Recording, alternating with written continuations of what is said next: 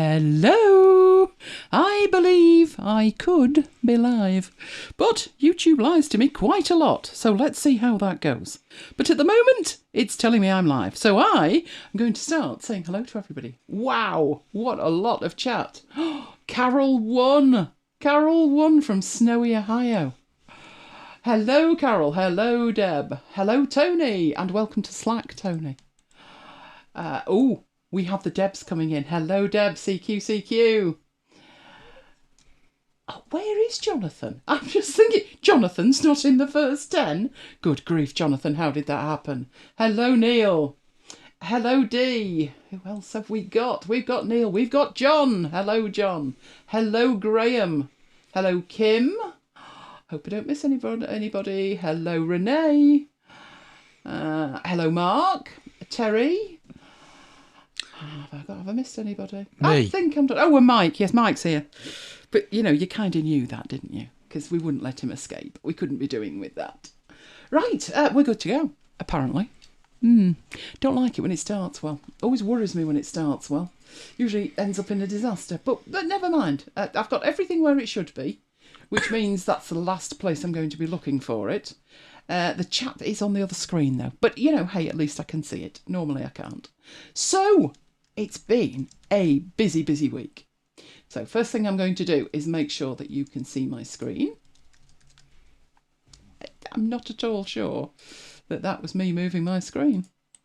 That was me moving my screen. It's ever so subtle, isn't it? But just enough. Just enough. Right. Let me get this over here and we can get on. Oh, busy, busy, busy old week. So do tell me in the chat how your week has gone. Right, we're going to head straight into it. What have we got? Doesn't look like much, I know, but trust me, it's huge. We could be here till 6 o'clock tomorrow morning, but I've decided to split things into part 1s and 2s and 3s in some cases. But we'll start with the week at MacBites headquarters. We'll go on to look at the Vivaldi update. Really nice trick in Vivaldi. Liking that. Then they sprung the 1.9 updates from the Affinity apps on us yesterday.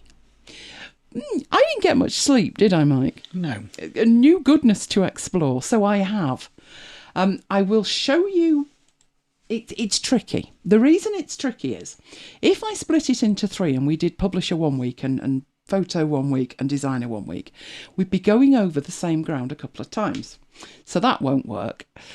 But some of the nicest updates, some of the things we've been waiting for the longest are actually in Publisher. So I decided to start with Publisher and mention other things. I've also got one really nice addition to Photo, but we will be doing more on the Affinity apps next week because the update is so huge. Then Mike is doing Excel, find and search functions. And then we've got part 1 of creating the learning management system in Notion that is the most requested thing in Notion. Now, before we get going, we're broadcasting in 1080 HD, so make sure in the cog in the lower right-hand corner that gaslights Mike every week. That it's set not to this week. Oh, you've beaten it Not into this submission. week. Make sure yours is also in high definition. While you're down there, could you consider giving the video a like? It makes a huge difference with YouTube. So what have we been up to this week? Last Saturday, it was a busy, busy day. Not as busy as it could have been, though, but it was a busy day. We did 9 shows during the day. Then we went into Marooned. We're actually in 2 places at once at 7 o'clock. And then at 8 p.m, it gets absolutely chaotic. We have by request. We had a difficult theme this week. It was sweet and sour. But they did remarkably well. And those shows, we had a bit of a giggle with those shows, didn't we, on Saturday? These were the shows that we put out. Mike's was the David Bowie special. He wanted a Bowie special. The Queen special, we've had out for a couple of years now, and I love that one. But and we always do 2 years, and it's 2 years from when the Brooklyn Circle was formed. And our 2 years this time were 1995 and 2009. Then at 1:30 you're wondering, aren't you? Unless you're Australian, in which case you might know the legend that is Peter Dawson. He is the very, very favourite artist from one of our listeners. And every week he requests a song from Peter Dawson if he can possibly fit it in with the theme. Peter Dawson would have been 139 last Sunday. So we did a Peter Dawson special for him. 90 minutes of the glorious Peter Dawson. I don't know whether anybody else listened. And the songs are so old. We're talking 1923. They sound like they're on not even vinyl, wax cylinders. But we heard back from him and he absolutely loved it. Right, we moved on to Sunday. Sunday was a quiet, peaceful day, thankfully, because it was the only quiet, peaceful day of the week. I, of course, have book club on Sunday night. And this time there's a challenge. Yet there's 2 books. And the book club, it's at the same time. I'm not quite sure how this is supposed to work. There's breakout rooms, but what do you do if you want to go to both? Tinge tricky. The books that we're doing, the first one is The Culture Code, Daniel Coyle, which is all about how companies build a communications culture to power groups. It's actually very interesting. And the other one is the How to Take Smart Notes one. I know, that was the book that we did last time. But we had such fun with it, we're doing it again. This time with video lessons every day. So I had a ball with that. Then on Monday, we finally got the okay to share some momentous news with another group that we do things with. We have been plotting and planning, and how long's this been going on, Mike? Well, 2 months. Yeah. And Monday was the first day we could proudly announce, COVID and all that the supporters event that we usually have at Old Trafford would be going ahead, but in a COVID-safe way. It had actually been recorded. We couldn't share that until all the edits had been done and all the final things had been done. And it wasn't us that was doing the technical stuff for a change. No, we had it all planned that we could do that. But Manchester United offered to help out. So, not last Monday, the one before, Mike went down to the ground, yes, left the safe confines of MacBites headquarters for the first time since last March, to do the recording. You can see in the background there, snow. There was snow. To do his recording, and then everybody else came in increments and did their recordings. So we could finally share that on Monday, that it will be broadcast tomorrow on MUTV, which is Manchester United TV. Whoever thought we'd be we'd be producing a programme to be broadcast on MUTV. But it happened. So that was Monday. Right, that took us to Tuesday. I think we were on a roll by this stage, weren't we? We must have been, because there was a match. As ever, Mike, tinge on the nervy side. Despite the fact it was Southampton, where are they in the league? Don't know. Well, last time, the one that was bottom of the league beat them, so he wasn't holding out much hope. But by the end of it, he was suffering from goal fatigue. Now, interestingly, the last time Manchester United won 9-0, it was 9-0, wasn't it, Ipswich? Yeah. I was at the game. Mike was at the game. We were not there together, were we? We did know each other, though. Weren't you sitting with in G stand? Not when we were 9-0. I thought you were. No. Oh, when was it? Oh, God, no, you're right. You're right. It was 93 or 94. No, we were sat next to each other. I'd just totally forgotten that. Never mind. So we have seen 9-0 before, but... Andy Cole scored a few goals. He scored 5 and Ollie scored 4. So it was March 1995. It was a good day for Mike, let's say that. He had a ball. By Wednesday, I was thrilled, because on Wednesday, I could finally share the brochure that I've created. So that had to get sign off from all over the place. And this year, it's not been printed out. You'll remember last year, I took you through the design in Affinity Publisher, and then we looked at the printouts. It's not been printed out, COVID. That's not a good idea. But it will be available from munich58.co.uk and manchesterunited.com. They're distributing it for us, which is rather good of them, isn't it? We also on Wednesday got access to the photos, the official photos that were taken. So those earlier ones Mike took, these are the ones that they took of him as he was delivering his opening and closing. Doesn't he look good? Don't know where he got that haircut, but very, very impressive, if I say so myself, Mac. If you missed last week, I cut that. I cut his hair. Oh, another skill that I've got. That took us through to Thursday. A quiet day, I thought. I'll just get ready for Friday, I thought. And then that happened. Oh, the 1.9 updates came out. I knew there was niceties coming, but there were so many more niceties than I was aware of. Unbelievable. So, while all that was happening, great excitement in the Elaine department. Yeah, Kim says, now I know why Mike got a haircut.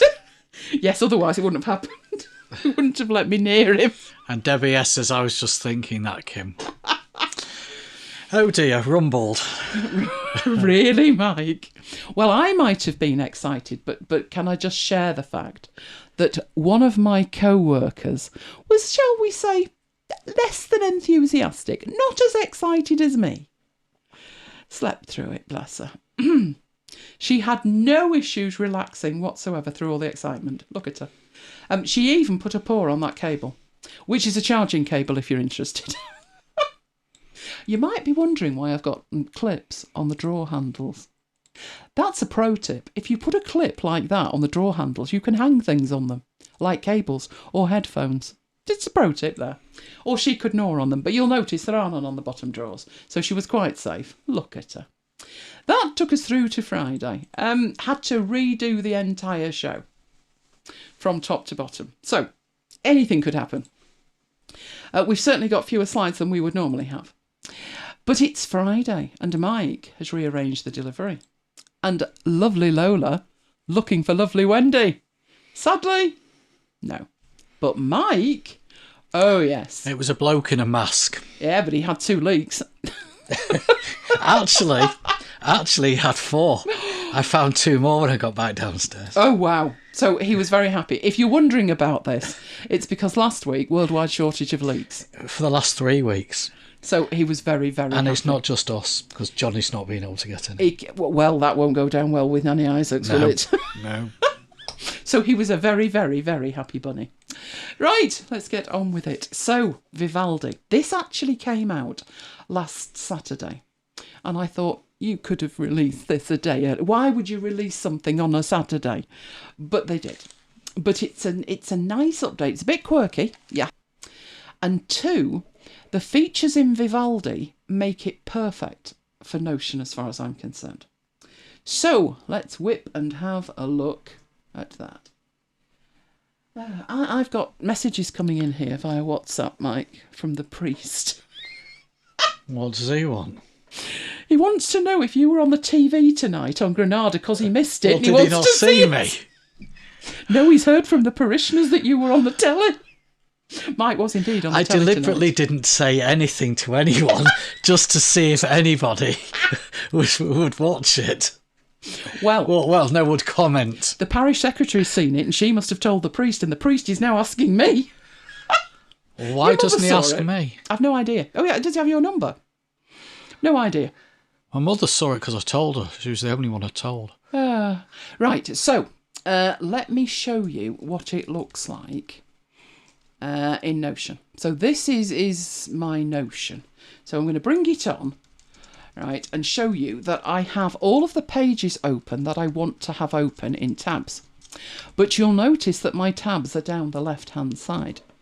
That I've only done since I installed this machine. And I like it because if I have the tabs across the top and I pin them, and these are pinned tabs, all of these are pinned, you can only see the icon. And obviously I've got like 2 weeks there that are my weekly guides. And although one says 5 and one says 6, you can't really see that too well on a 27-inch iMac.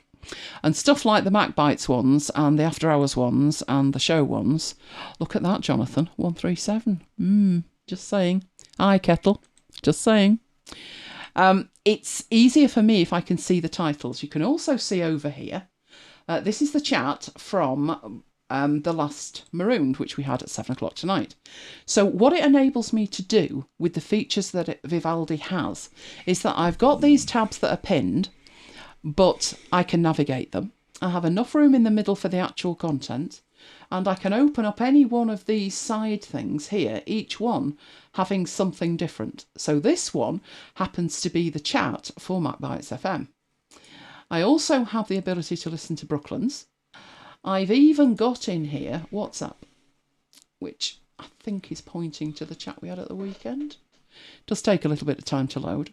But this is how I work on a Saturday, where I've got everything that I need in one particular window. It is taking it. There we go. There we go. There you go. There's the priest. Good grief, he wants to know what channel, what time. There are 8 messages in 5 seconds. He can't see it. It's not on demand. Oh, dear. I'll make him a video clip. Oh, you're lucky, aren't you? So those are those 3. I also have access to Roam, and I've got the built-in things like downloads, notes and stuff. Now, you don't particularly need to see that, and most of the time I have that folded up. But the new feature is how it works with tabs. So what I'm going to do is I'm going to lose this one and make a new window. And you can see that in here the tabs are down the side. That's going to affect how this looks, this new feature. So in here you have an entire tabs collection to play with. You can have them at the top, on the left, the right, or at the bottom. I just love the fact you can put them wherever you want. And it makes sense for me to have mine on the right, on the left rather. But I'm going to move them to the top. That'll show you the problems that I then have with this. Then I can't tell which one's which. That's why they're not like that. I'm going to put them at the top because most people have them at the top. Then you have the new feature. So I will open up a couple of pages here. So I'm not going to do the news. Bad things happen when you open the news. Did that once in a live demo and somebody had died. So there's some tabs that are open. Right.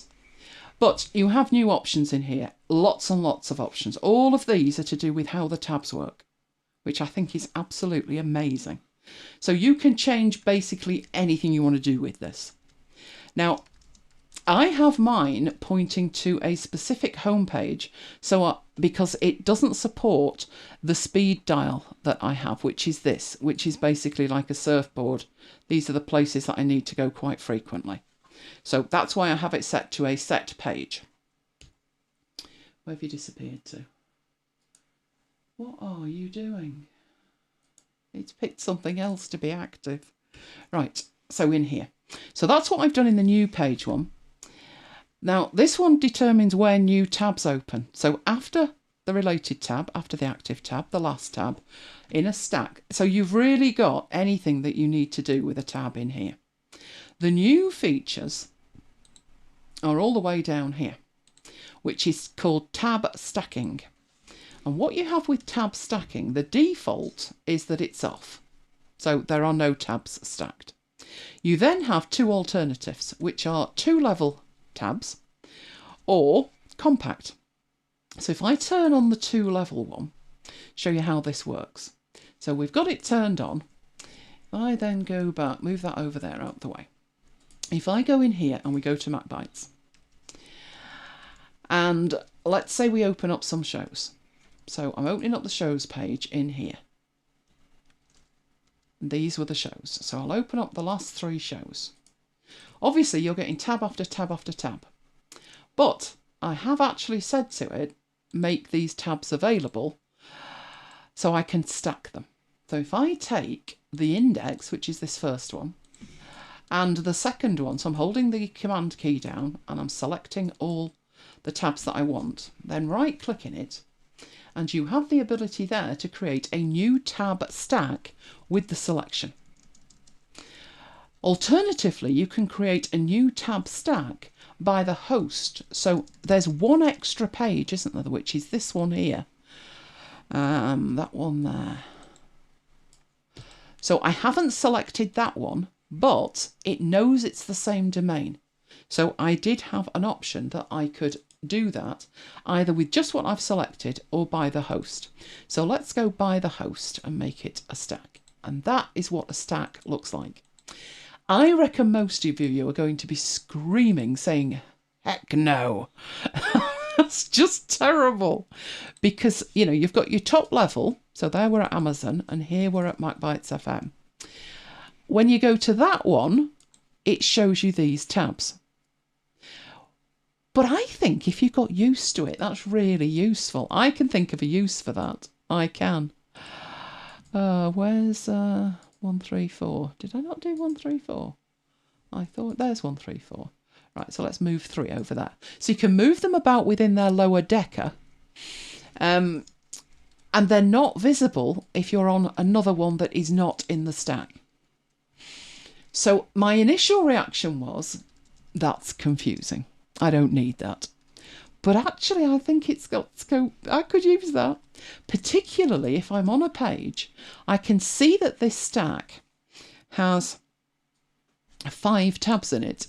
And because I've done it by domain, I know it's all the tabs for MacBites, which actually does tidy it up a heck of a lot. Also, if you hover over it, you can see a preview. And if you're looking for 135, you can literally just click it. And then you're not overly concerned about navigating within the tabs. So what do we think? A yes or a no? Sarah loves it. Yes, Vivaldi is totally free. It is the best browser as far as I'm concerned. It really is. How I use the other browsers, Firefox is my default. I like Firefox, but Vivaldi's better. My issue with switching to Vivaldi for all my browsing is it's my Notion host. And I'd like to keep it that way. It's a working environment. So I do keep Firefox for just standard browsing. I also use Chrome. And Chrome I use exclusively for YouTube. Because Chrome is from Google, YouTube is from Google. It's happier that way. And I can watch 4K video. So that's why I have Chrome. It's native, so leave it with it. But I'm finding myself increasingly in Vivaldi because all my work's in Vivaldi. So I certainly work in Vivaldi all day. The other thing, once you're using multiple browsers, the other thing to think about is how to get certain pages. So if I click somewhere and it's a Notion page, I'd like it to open in Vivaldi. And if you remember, we did that with an app that I demoed. Can't remember when. Michael find it. This one. Browser Ninja. And if I go into the preferences of Browser Ninja, I've created some rules. So if it's from 9 to 5 Mac, it opens in Chrome Canary because I have no ad blocker in Chrome Canary.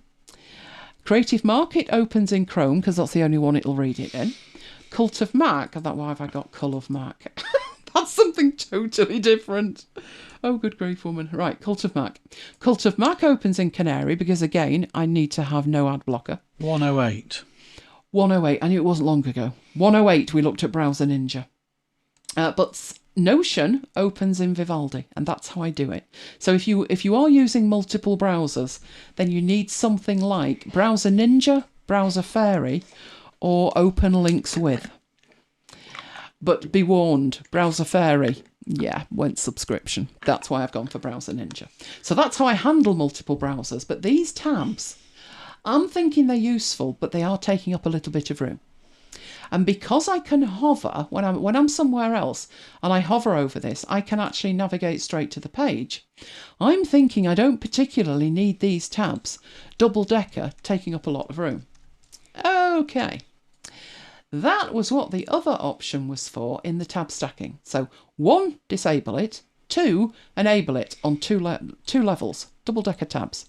The third one was stack them, but make it compact. And what compact looks like is that the lower deck of tabs has gone, but they're still there. And when you hover, you can still see them, and you can actually click on the little stripe at the top and click between the tabs. For me, that's the great compromise because I can hover, find the one I'm looking for, click it. And I don't particularly care about the others. You know, that really wouldn't bother me. And plus the fact, when I hover over there, I get this drop-down list. So that, to me, is perfect. If they'd added in the 2 levels, but not made a compact option, I think I would probably have turned it off. Probably. That might enable me to go back to the tabs at the top. I'm not sure. But it does still work if you have your tabs at the side. So if I turn my tabs back to be on the left-hand side, that's what it looks like on the left-hand side. So I still have my MacBites FM page. I still have my Amazon page. and I have my MacBites page with my subpages. And the only difference is, instead of the menu popping down, it pops out to the side, and then I can go to whichever one I want. And it's still neat and tidy in the side, which makes it easier for me if I'm pinning tabs. If I pin these 2 tabs, I have a lot of pinned tabs, so I don't inadvertently close them. And then I can move these around and still navigate with them. So I'm loving that. Loving that. Let me know in the chat. Oh, I see Neil wants to know what Mike's using. I've told him Chrome. Chrome FTW. Really? He says that. I find with Vivaldi... I've got Vivaldi installed, I just realised. Crying out loud. Yeah, because you could create a notion space for working in MacBites with it. Yeah. Your problem is you forget to use them. I do. Mike's problem is browser, Chrome. It's like a little tram on a track, browser, Chrome. But that. I use Vivaldi because the options, look at them. There's nothing you can't change. In fact, when I was using this with the tabs at the top, so let's put the tabs at the top, drove me insane because the close buttons were on the left and I wanted them on the right. And there's no option to change them and put them on the right. But there is options in here. I can't remember where exactly they are. It's CSS. There is an option in there where you can put custom CSS in. Let's have a look where that should go. Where would that go? I don't know. It's somewhere in it. You can see what I mean. It's ridiculous how much you can configure it. Look at it. Somewhere in there is an option to put some CSS in, and I even managed to move the tabs, the close button, to the other side. Amazing. It is totally amazing. And you can change all of the shortcut keys. And for compatibility, if you're used to another browser, you can actually have 2 shortcut keys. So there's Command and E and F2, and they do the same thing. That's just stunning. Command Shift and I and F12 do the same thing. So you've got compatibility with other browsers. It is amazing. The thing I also love, I was using this years ago. You can actually map gestures. So if you've never tried gestures in a browser, it's amazing. If you wanted to go backwards or go forwards or something like that. So history back. There is a gesture for that. What you do with your mouse is you click and drag back, and it will take you back in the history. So in here, let's try that. Let's go in there, and then let's try going backwards. There you go. So I went back with a right click of the mouse and drag back. So that actually, if you get used to doing that, I was using that in Opera in 2001. And not many browsers have taken it on, not many applications have taken it on. But if you think about using a trackpad with your browser now, how amazing is that you've actually got these configurable gestures. So you could actually add one for something that you do frequently, and then actually draw it out and tell it, when I move the mouse like this, I want you to do that. It's stunning. It is. Vivaldi for the win, browser-wise. But I do have it for work. It is a working browser. It is not an entertainment browser. That's Firefox. And if it's YouTube, then it's Chrome. So there you go. I should probably put that back, shouldn't I? Before I drive myself insane. Why are my tabs there when they should be on the left? There we go. So close that. We can close all of that. And that leaves me with my working browser set up over there. And I would probably have that a smidgen skinnier. Like that. There we go. So, Vivaldi. Who's going to try it? Right, I see questions, Mike. I see questions. Let's get them where I can see them. Why is that? No, that's yeah, Charles wants, Renee wants to know how you created the index thumbnails. But the index thumbnail thing, let's bring up Vivaldi. As Kim said, it's speed dial, isn't it? It's, no, I don't want to do that. I want a new page. There we go. It is an extension called Speed Dial 2. And normally in Chrome, Chromium, you name it, you install it as an extension and it controls itself and everything's fine. But It's a Chrome extension, and although I can install it in Vivaldi, it doesn't actually work in Vivaldi. So what I've actually done is at speeddial2.com/bookmarks, if I log in, it shows me my bookmarks, and they're all in groups. So I've got all the ones for our church in here. You might wonder about these strange numberings. There's a long story behind that. I'm working on something. It didn't totally work well, so I'm working on that. But I've actually logged into my Speed Dial 2 account and then just made that the default page every time you open a new window or a new tab. If you're using Chrome, Chromium, Chrome Canary, or any browser that supports a Chrome extension, just download the Speed Dial 2 extension and you can do it via the extension. It is very nice. I've been using it for years, I think 8 years. 9 years, there you go. MacBites was added 9 years ago. So I've been using this for 9 years. It's very easy to change. So if we look at like MacBites FM, oh, I can't do that in here. No, in here I'm looking at a browser page. If I was in another browser with the extension, I would be able to edit all of this. But in here, I'm using it literally just to navigate, and that's it. I do all of the editing inside Chrome or Firefox or another browser, but just not this one. I don't know why the extension isn't supported, because Vivaldi supports Chrome extensions. It's the only one I've found that doesn't work. And I'm assuming it's because Vivaldi have given you so many other tools and tricks in here that Speed Dial just doesn't know what it's supposed to do with itself. But Vivaldi is fantastic because, you know, if I wanted to do... What else have I got in here? Let's get that bestsellers from Amazon. There we go. You know, they added this a little bit ago, which is, there's a QR code for that page, and you can just copy it and paste it into wherever, and you've got a QR code, which is stunning. People are loving QR codes now with the COVID thing, because now they know what to do with them. Oh, Kim's mum's got it. Excellent. I can imagine it looking like an iPad screen, but with bigger icons, which I love it. I don't bother with bookmarks. It's like at Old Trafford, when I had to be... that questionnaire. Questionnaire at Old Trafford, filling it in? Yeah, QR coded it. Oh, right, I'm with you. When he got temperature checked, he fired a gun at him and all of that. Yeah. Needed a full COVID check when he got there. A full body search. No, Mike, that's not an image. Leave it alone. If you want to see more about that, I think we did it in a show, but I can't remember which one. Is the QR code thing a part of Vivaldi or an extension? No, that's built into Vivaldi. I will persuade you in the end, Paul. That is built into Vivaldi. The extensions that I've got are very minimal. I have the Clip to Notion, because obviously it's my Notion host. I've got Clip to DevonThink. I have one where I can copy the tabs. So if I click on that, I can copy the tabs as URLs, Markdown, Windows, whatever I need to copy them as. So if I wanted an unordered list of all the tabs in the current window, I would click there.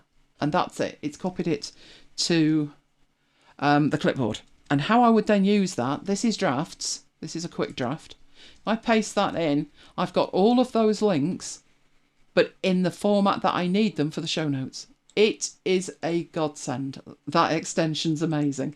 I've got the unordered bulleted list at the front, and then I've got all of the markdown in there, automatic. The other way of doing that is doing it by hand, one at a time. Look at them. Don't want to do that. Okay, and yes, I've got drafts on the list because Pete wants to know. Right, let's stop all the Vivaldi love, but we do love Vivaldi, don't we? Right, okay, we need to be in here because we're starting with the Affinity 1.9 updates. So be warned, could be here a while. I have cherry-picked the ones that I think are the most fabulous to do first, which is probably a really bad idea, isn't it? Because, mind you, they're all fantastic. So I'm sure next week will be absolutely fine as well.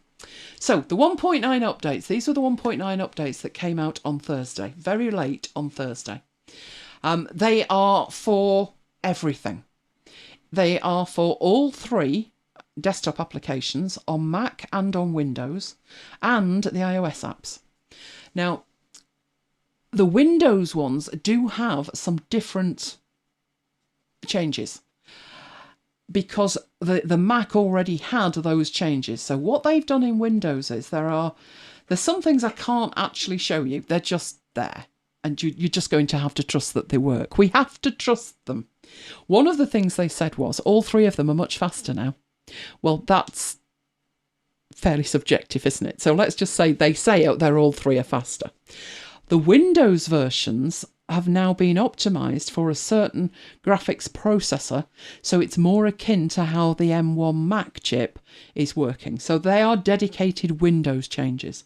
But the majority of the changes here, apart from something that is very platform specific like that, the changes are across the board. It doesn't matter whether it's Mac, Windows or iOS. Now, having said that, there are some features that currently have been added to the desktop ones, but not yet the iOS ones.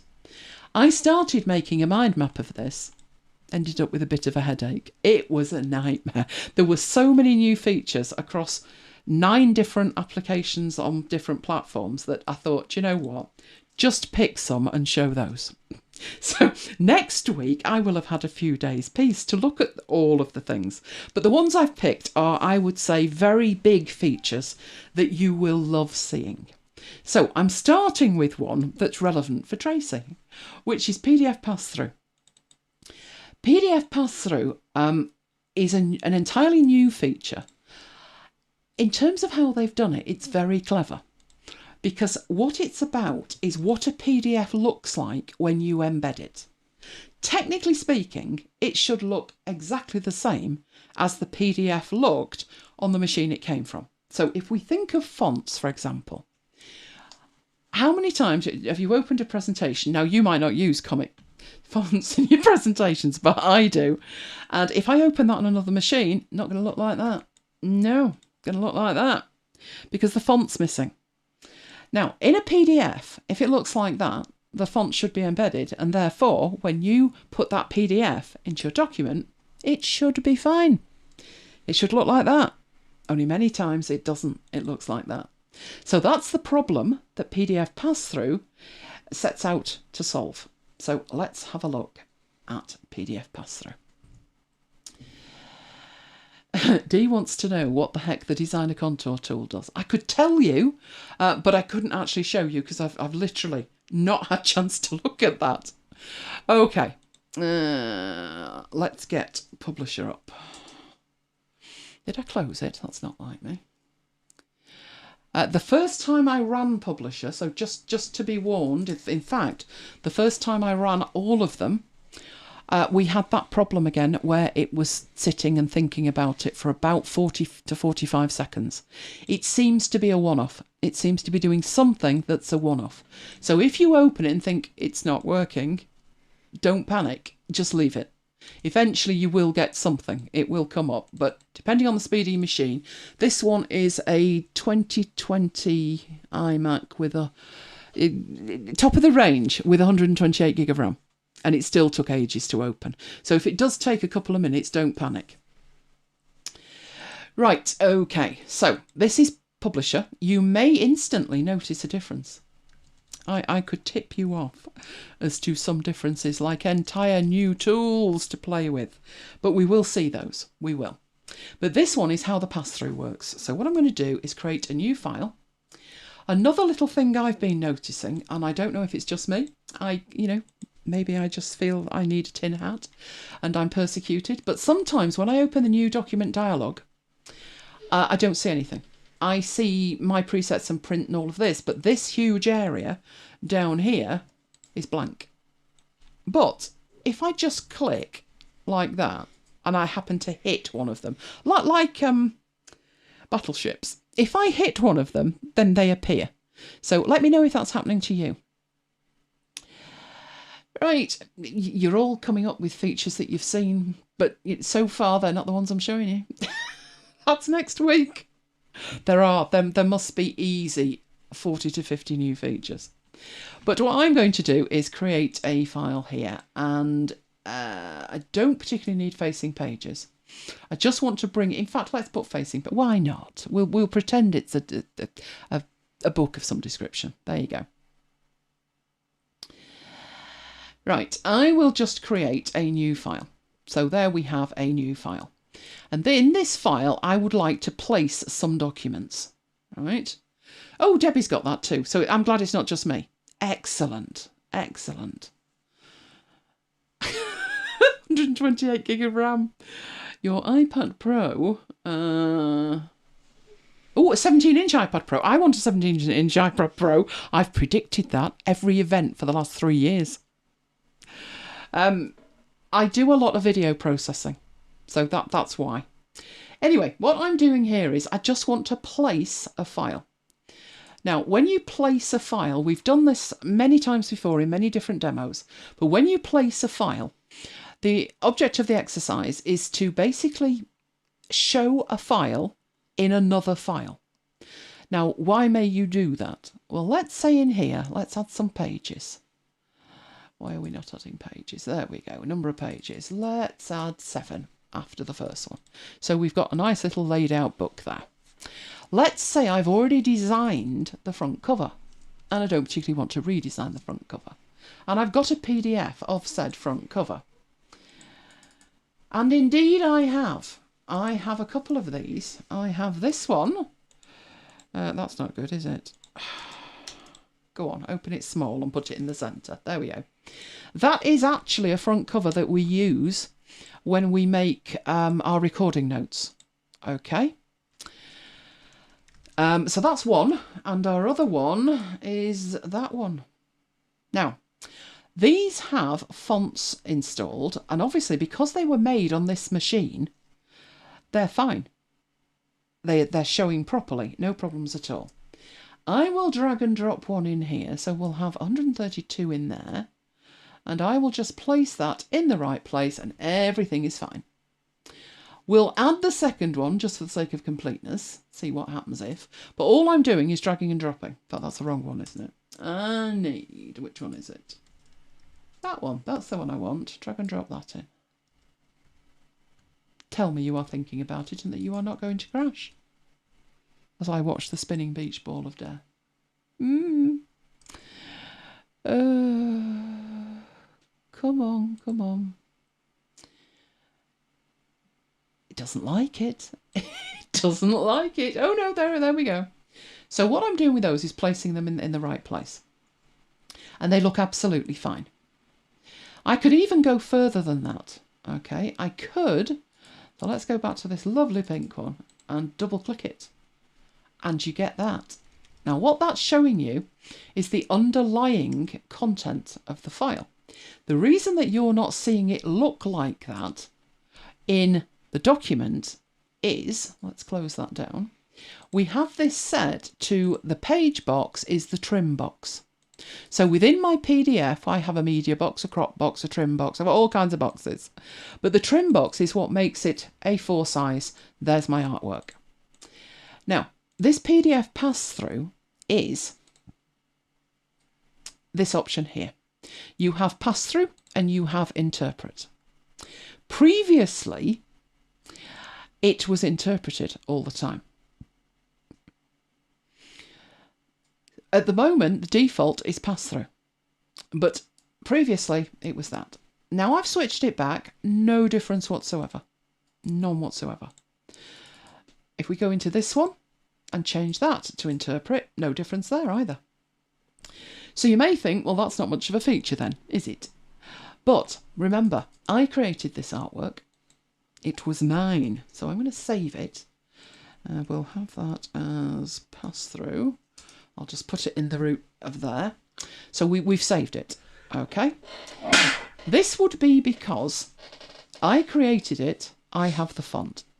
If I double click on it and go into here, I can edit this because this font is on my machine.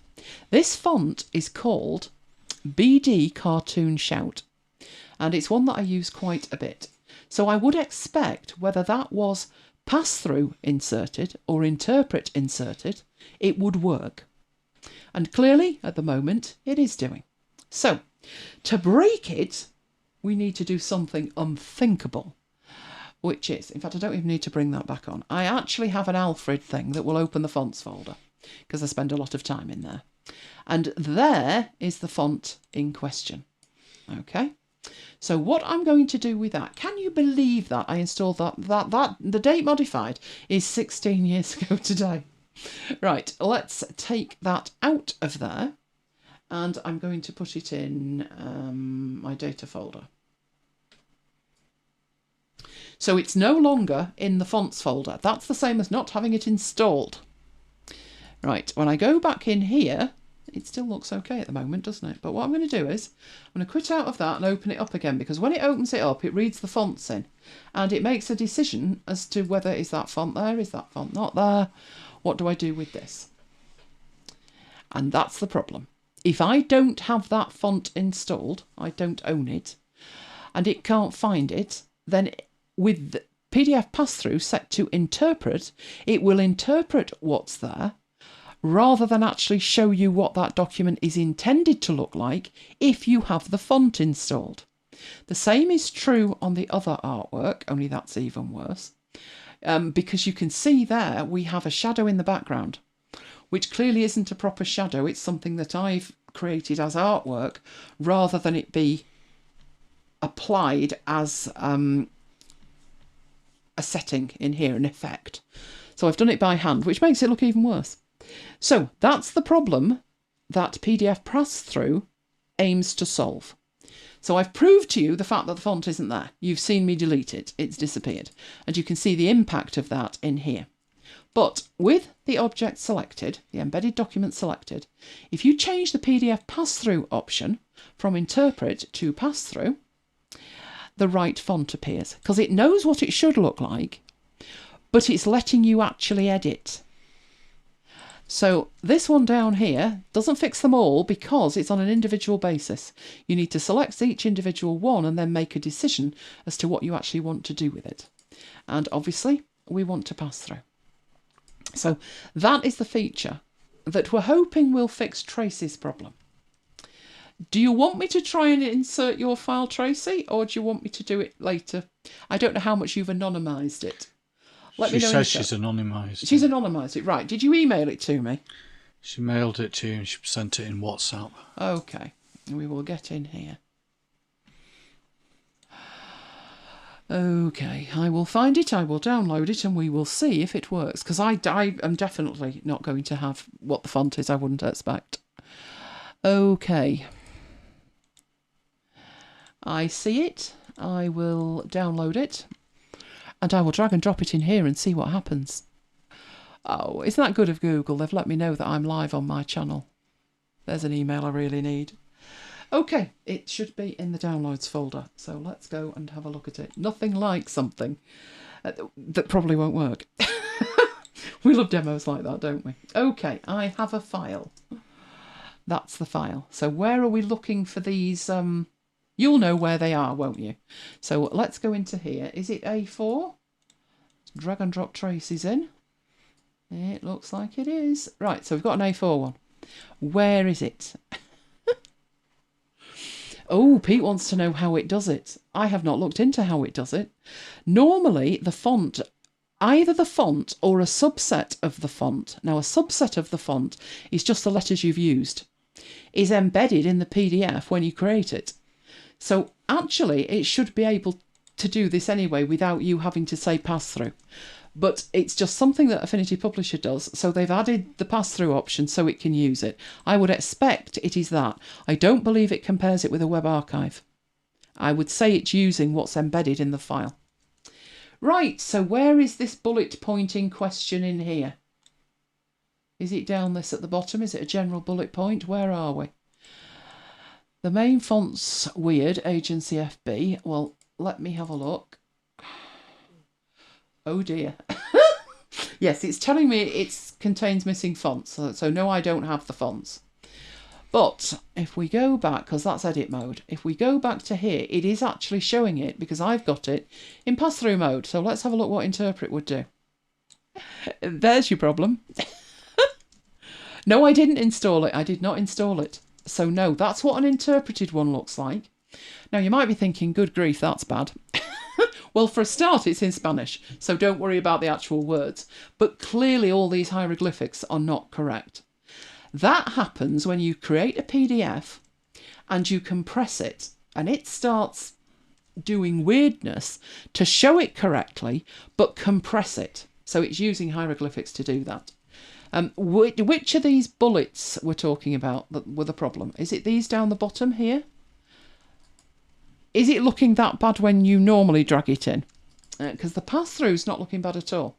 I do not have that font installed, and yet it's working perfectly, including the trademark, which is superscript. And then I'm not sure about these bullets, if these are the bullets and if that's what they're supposed to look like. But as bullets go, they look pretty decent to me. They're round. I had a problem where they were not round the other day. You couldn't make this up, could you? And it moves them up and down on the vertical spacing. Hello, Simon! So I'm waiting for Tracy because I did not install this font. So if this looks fine, then that solved Tracy's problem. Now, this file is interesting because it wasn't created in Affinity Publisher. It came from Microsoft Publisher. So it's important if you do that. Now, this has happened to me. Church Newsletter is done in Microsoft Publisher. Don't ask. We were just about to embark on the Affinity Publisher training, and we all went into lockdown.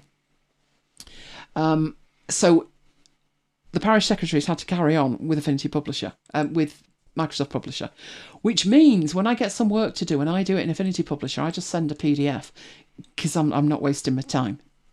But if you were going the other way, so she sent me some content, the PDF would be from Publisher, Microsoft Publisher. And if I was to put that in, it could look as bad as it did with that first one.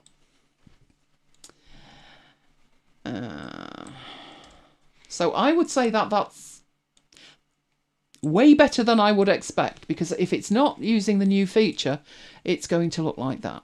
Which the words are right at the top in Spanish, no problem at all, but there are some hieroglyphics with it. So the pass-through is working well on that. So no, I do not have the font installed, and it's working. I never had that font installed. It's not one that I nicked. I just never actually had it installed. So hopefully that will work for you, Tracy. Any news on Publisher for iPad? Last you heard was early 2021. I can't see it before WWDC. So when Tracy's exporting them from Publisher to PDF, they show us a strange character. So if we made... You're putting this in and then making a PDF from this. Oh, right. Let's do that then. Let's export that. We'll do it as pages.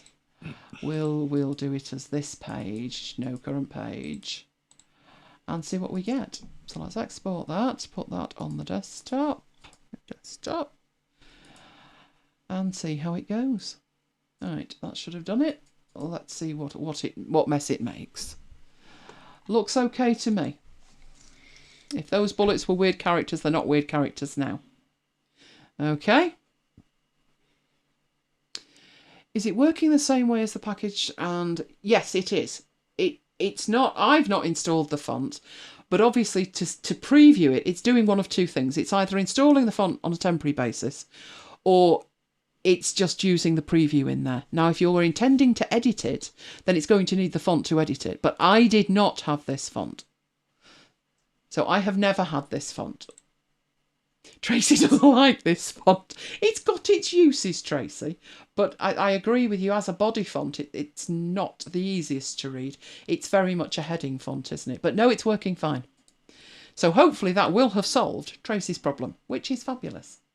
Right, let me get this data back over here, get that out of the way. The other thing that you can do with that, before I head off and leave that and somebody says you did not mention, right, if we go to this page, this is a PDF, it's pass-through embedded. You also have the ability up here to now scale it. So if you wanted to scale that to 50% of its original size, you see it then goes to a DPI of 600. And that's a perfect size. You can then take that and put it where you want. So if I was in the business of taking these covers and putting like 4 together, yes, you can do this, but you'd never be quite sure. You know what size it is, but not as a percent. So this thing up here is letting you actually do that specifically. So that is then 50%. And you can sit it next to it. You can put it down in the corner. And importantly, if you put something in here and you're thinking, Was that right? What was the original size of that? You now have this lovely option to just click original size and in it goes. So there's another one, original size, and put it back on the page. There we go. Right, so Tracy said, if it's pass-through, can you edit the text if you don't have the font? Yes, you can. Now, there are caveats on that in terms of what the font actually is. Many fonts are free, but not all of them, and some of the fonts have restrictions. We will come on and look at that. But generally speaking, I would say 9 times out of 10, yes, you will be able to edit it. You can also do that in another way, Tracy, which is if you've got your PDF, so you've taken it from, in your case, Microsoft Publisher through to Affinity Publisher, and you've then created this here. This is the PDF we created of that single page, and I still don't have the font in here. Depending on what mood it's in, I can actually go in here and put stuff in even though I don't have that font. Is that still open in the background? Let's just save that, because that worked. Hold that thought. Let's go back to Publisher. Now in Publisher at this point, because we've got this embedded and it's pass-through, it could have installed the font on a temporary basis. So what I'm going to do is close the file. So I'll save it, but I'll totally close it. Open up the PDF that we just had. It's still in edit mode. So we had hello. I will go in there and type world. And you see it comes in a different font. So lesson learnt there is, if you want to do that, you need to put the PDF in Affinity Publisher, change the mode to pass-through, and then make the changes in Affinity Publisher. If you find for whatever reason you can't do that, do it anyway, but don't do any editing. And with Publisher open in the background and that document embedded in Publisher, it will have temporarily installed the font, and it enabled me to type the word hello in the correct font. But if Publisher's closed, then that font is not available to you, then you get this affair going on here, where it uses a different font. There is potentially another option, which is, if I wanted that to say hello world in the right font and I don't have the font, then I could... No, he's only doing it as one word. It's not. It will let me edit one, but not let me add another one. Can I put world in the middle? No, I can't. Good grief. No, it won't do it. It won't do it. So you need to have it open in Affinity Publisher to do that. This is why font licensing is so important, etc. Just depends on how you actually want to do it. But I would say to you, given what you're doing, you're taking it in as a pass-through, make the changes in Publisher and then just create the final PDF.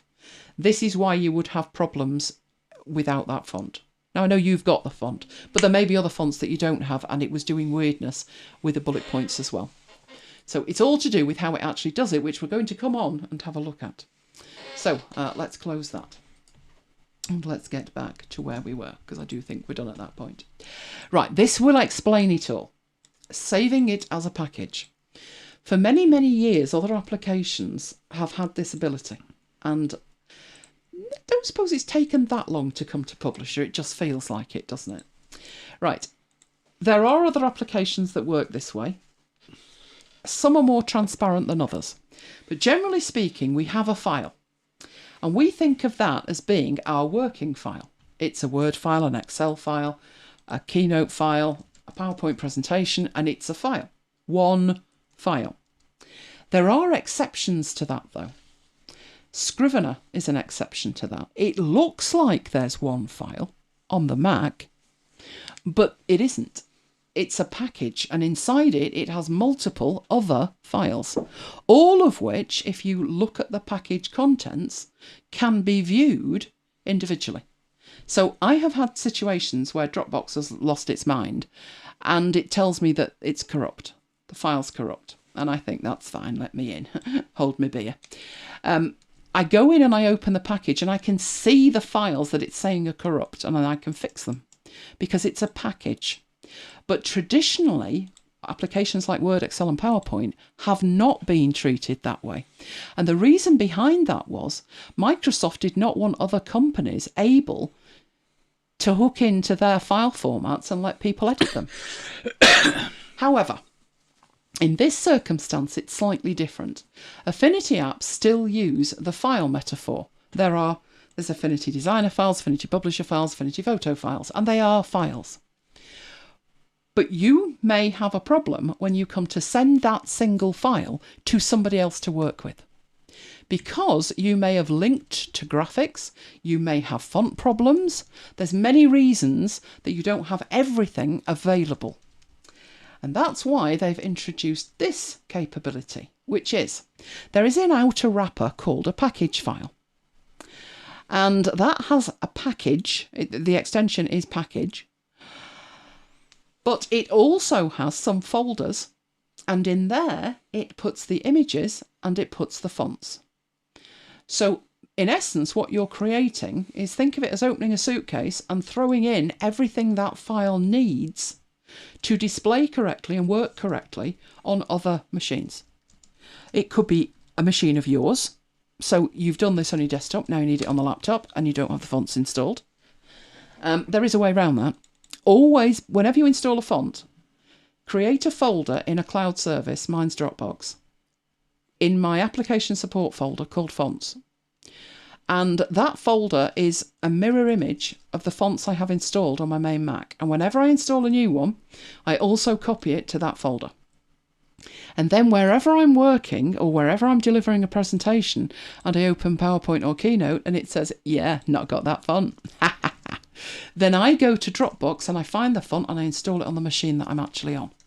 That's what this is doing, but it's doing it in an automated way, not the manual way that I'm doing it. What I did when I got this new machine, I just went to the font folder on the old one, copy, paste, done. Because I've not got time to sit around and fiddle with font managers and all the rest of it. I just want the same fonts. Just be done. And that's how I actually do it.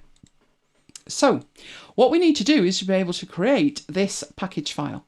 That will enable you to hand the file off to yourself on a different machine or a colleague, send it to print, whatever. It is a package file. So let's actually go make one. Okay, so back where we were.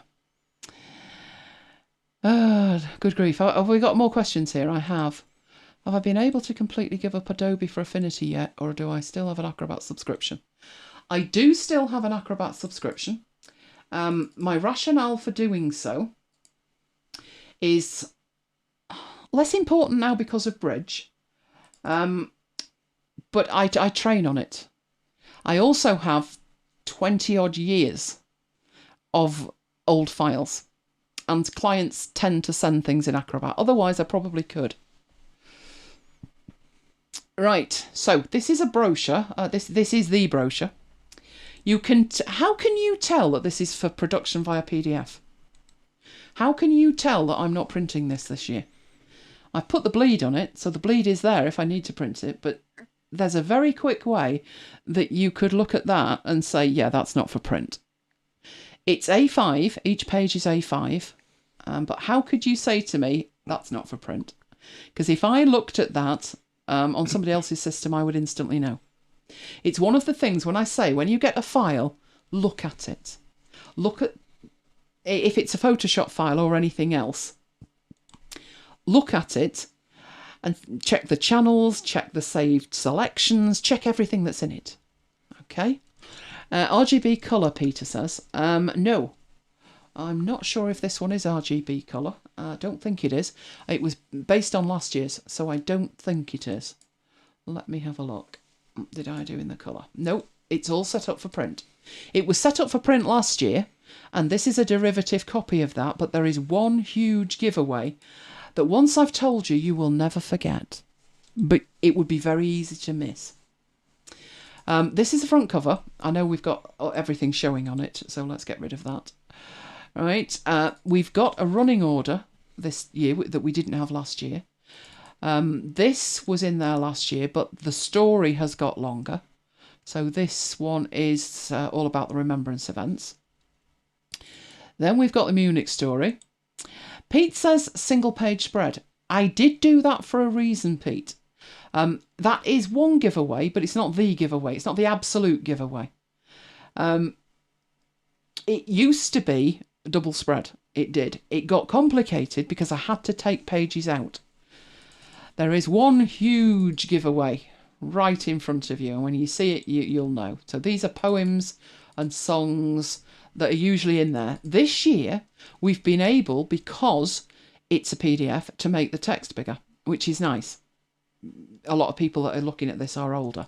And the back cover is that. And the reason that you should be screaming at me and saying, well, of course it's for PDF, is if that was going to print, it would not have 23 pages. Because it needs to be in multiples of 4, doesn't it? So it started life as a 4-page foldover. It then got to be an 8-page. Then we pushed it to 12. Last year, I think it was either 16 or 20. I think it was 16 last year. We just couldn't. We probably could make that 24 if we needed to for print. But if you see that that number is not divisible by 4, then it's not for print. Because you'll have a blank page. It won't work. So that's the big giveaway. But this is, other than that, it's the same as last year's. Peter, you now know. Because Mike said to me, shall I tell them what you said? Yeah, why not? Mike's busy working out text for this and stuff for that. And he said, thing is, it's not 4 pages. And I looked at him and I said, what isn't 4 pages? You know, I've lost the plot. I'd lost the will to live by this stage. I'd lost the plot. like, why? What's 4 pages? So the thing was, what was being made longer was the supporters events. And obviously we had to add text like this, which is this year the COVID-related restrictions in place of physical gathering, blah, blah, blah. So the text needed changing and therefore it was longer. So that spread onto this page, which was a half a page there. Then we needed the Munich 58 story. That one filled a nice page. We just changed the graphics. These we expanded because they were squashed up together and they didn't need to be. And I'm going at it with like, I'll just add a page, because I knew we're not paying to have it printed this year, and neither are Manchester United. So we got going, and Mike's like, yes, but it's not 4 pages. So it was probably something like this one here, which is the story behind the song The Flowers of Manchester. I think that was about 1.5 sides, and Mike had added like 3 pages, and he said, but it's not 4 pages. And I said, why does that matter? And Mike said, well, it's got to be a multiple of 4. And I thought, well done, Padawan, I have trained you well. I said, yes, but this year there is PDF, so that's fine. And he went, oh yeah. So think about the output. I've always said to you, think about the output. But we got away with 23 pages this year because it's a PDF. Next year we're going to have a problem with that, unless I add an extra page. So one thing that I could add, this is our running order. The reason we've put this in, it's changed slightly. But what we could do, if it was going back to print, is I could put an index on page 2, which would be the inside cover. So I'm going to redo this totally for next year. The reason is, although I've got styles in it and layouts and stuff like that, when I turn on everything, it's line city, isn't it? There's lines all over the place. Because I had to have multiple things, and this started life in InDesign. It went from InDesign to a PDF, from a PDF to designer, from designer to publisher. And I have no idea how it's coped. So I'm going to totally start again. Pete's got a question there. Other than being United fans, what got you into the 58 story? Probably me initially, more so than Mike. We both knew about the story. It was the 25th anniversary, the year we left school when we were 16. So that was the first time that you got like all of the details. And I just remember thinking how horrific it was. It touched me so much that every year after that, on the 6th of February, which is the anniversary, I would be always thinking about the lads. And on the nearest home game, I would have expected to see black armbands and something in the programme. And by 1991, I got there on match day. I think it was very close to the 6th. I opened up the programme. I went all the way through it and I couldn't find anything. And I thought, surely they're mentioning it's the anniversary. Nothing. So I went back through the programme, fine-tooth comb job. Found one line. This week marks the... What would it have been in 91? 33. 33rd anniversary, and that was it. And I was incensed. But 1991, what could I do about it? Nothing. Roll forward 10 years and you've got the ability to make a website. So while Mike's busy saying, oh, people just want websites of pictures of Beckham David and Giggs. Beckham and Ryan Giggs and all the rest of them, I said, I think you'll find there's nothing up there about Munich. So why don't we make a site that tells people the story of Munich? I said, because the club aren't doing anything. After the 25th, I think they wanted to wind it down, which is understandable. But, you know, I felt moved by the story because these were not footballers as you would think of footballers today. These were footballers back in the day when they rode a bike to training and they lived in digs and they didn't have two halfpennies to rub together. And, you know, their families lost them and it wasn't as though they were left in terms of they were well off, you know, money was collected. No, it wasn't. So we're talking about, there was one of them whose wife was pregnant and she had a baby after he died. You know, they've got to live on nothing, basically. So I felt that the least that could be done is that it could be remembered. So we put together the website and we started going down to the ground and just standing there, you know, like a minute's silence on the 6th. First year, there was like 2 of us, wasn't there? And a dog. And a dog.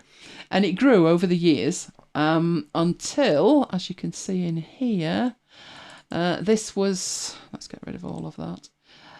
That was 2019, I think, 2018 or 2019. So it changed from 2 of us and a dog to, we have printed about 4,000, 5,000 brochures. And we stand there for that, which is the actual service. But then if it's a match day, we stand outside under that plaque, and a lot of people come over to the plaque every game, and they'll just stand there for maybe a minute's silence. Or I've actually seen, this guy came over, he was about 6'7", and I thought, oh God, is he looking for trouble? And he stopped and he knelt down and made a sign of the cross. And then I felt really guilty.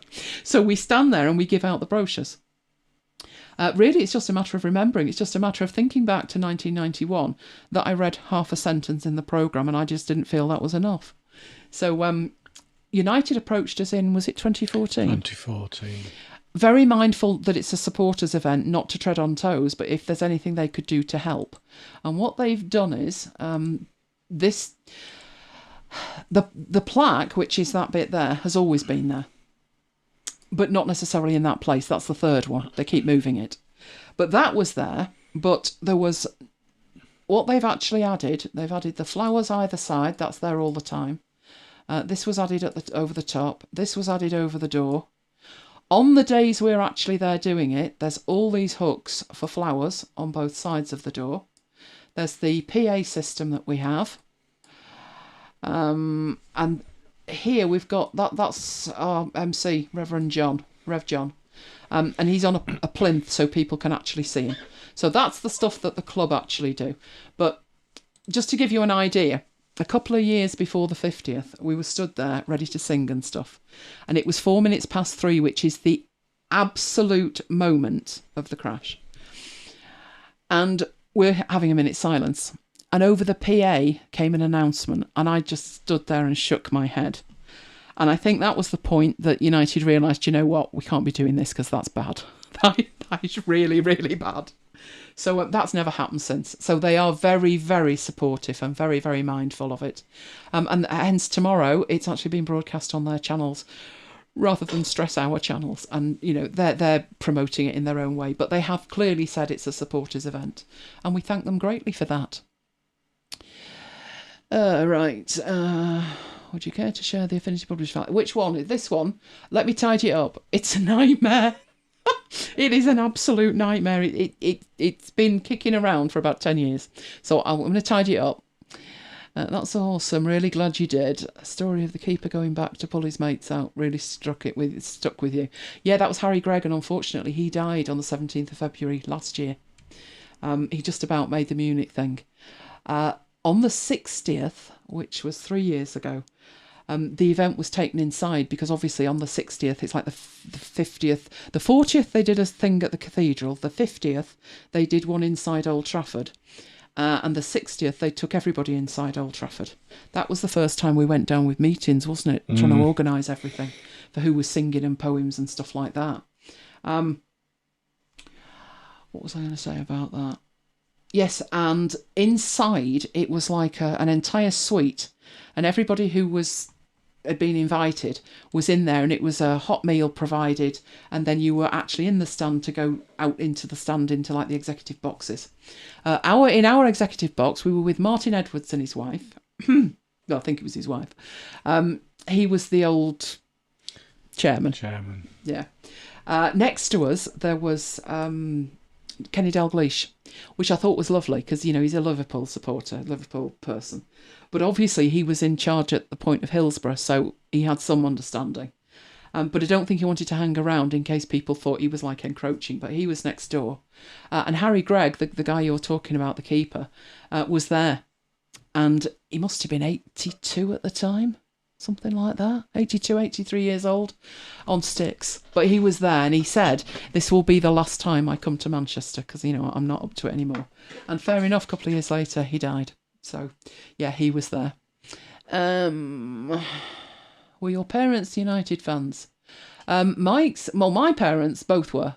Mum used to go to the games way before the time it was a good idea for a lady to go to a football match. She used to go with her cousin and his best mate, and they looked after her.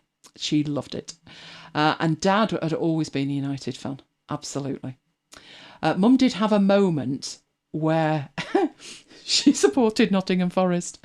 She loved Brian Clough. She thought he was an amazing manager. I remember writing to him for an autograph. Oh, the speed he wrote back. He's a lovely guy.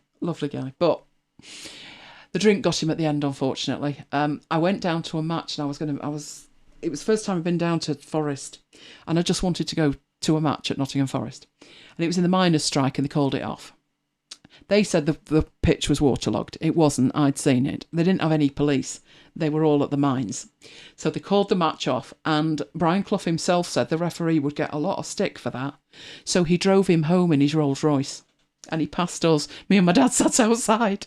Like, Mum's gone shopping for 4 hours. What are we going to do? Because they've called the match off.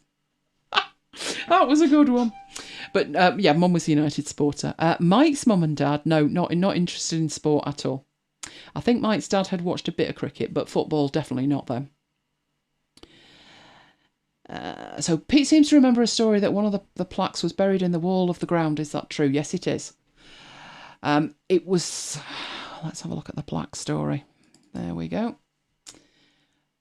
The first one was unveiled in 1960. And it was above the entrance to the director's box, which is underneath the tunnel. When it was renovated, which is by the railway line, they had to take that away, but they couldn't do it without damaging it, so they did wall it up inside it. This is the third one at the moment, and it went up at the same time as the Matt Busby statue, which is right in front of the ground. So it's just round the corner from where you would find this. And the second one was put into storage, and it's now in the museum. So, yeah, it's the third one. Cloughie was from Middlesbrough, best people are, indeed. Mum just thought he was a fantastic guy. Right, what was I doing with this? Now we're there. I was showing you all that we had in here, but what was I actually doing with it? Oh, I know. Right, one of the things with this is I do not have to send this to print as an Affinity Publisher file. So what I do with it is create a print-ready PDF. And if you remember when we did this last year, I have in my print-ready thing here. In fact, I'm not sure if they are there anymore. No, I would have to recreate them. Oh, I haven't brought them in. But what I did was I made a print-ready file with the settings that United needed, and it went off that way. But what people tend to do with InDesign files, because the print production units are intimately familiar with InDesign files, they can send a package file. And Affinity Publisher didn't have the ability to do that, but now it has. So first thing to think about is what you've actually got in the file. So in the document menu, if you go to Resource Manager, this is where you see what resources you have in the file. So what we're talking about. And we have pictures that you've seen. We've got some stuff there that it's interesting. It doesn't have a name. And it's like I couldn't put a file in without it having a name. Why has it got no name? But there you go. Now what I've done with these is, because I need to transport this file around and not lose anything, everything in here is embedded. That's great, I don't lose anything. But one of the problems with having it embedded is if the photo changed outside of this file, so let's say we got a higher res copy of that, for example. So we've got our place DPIs and that's 147 because it's that old. If we got a new version, I'd have to manually change it.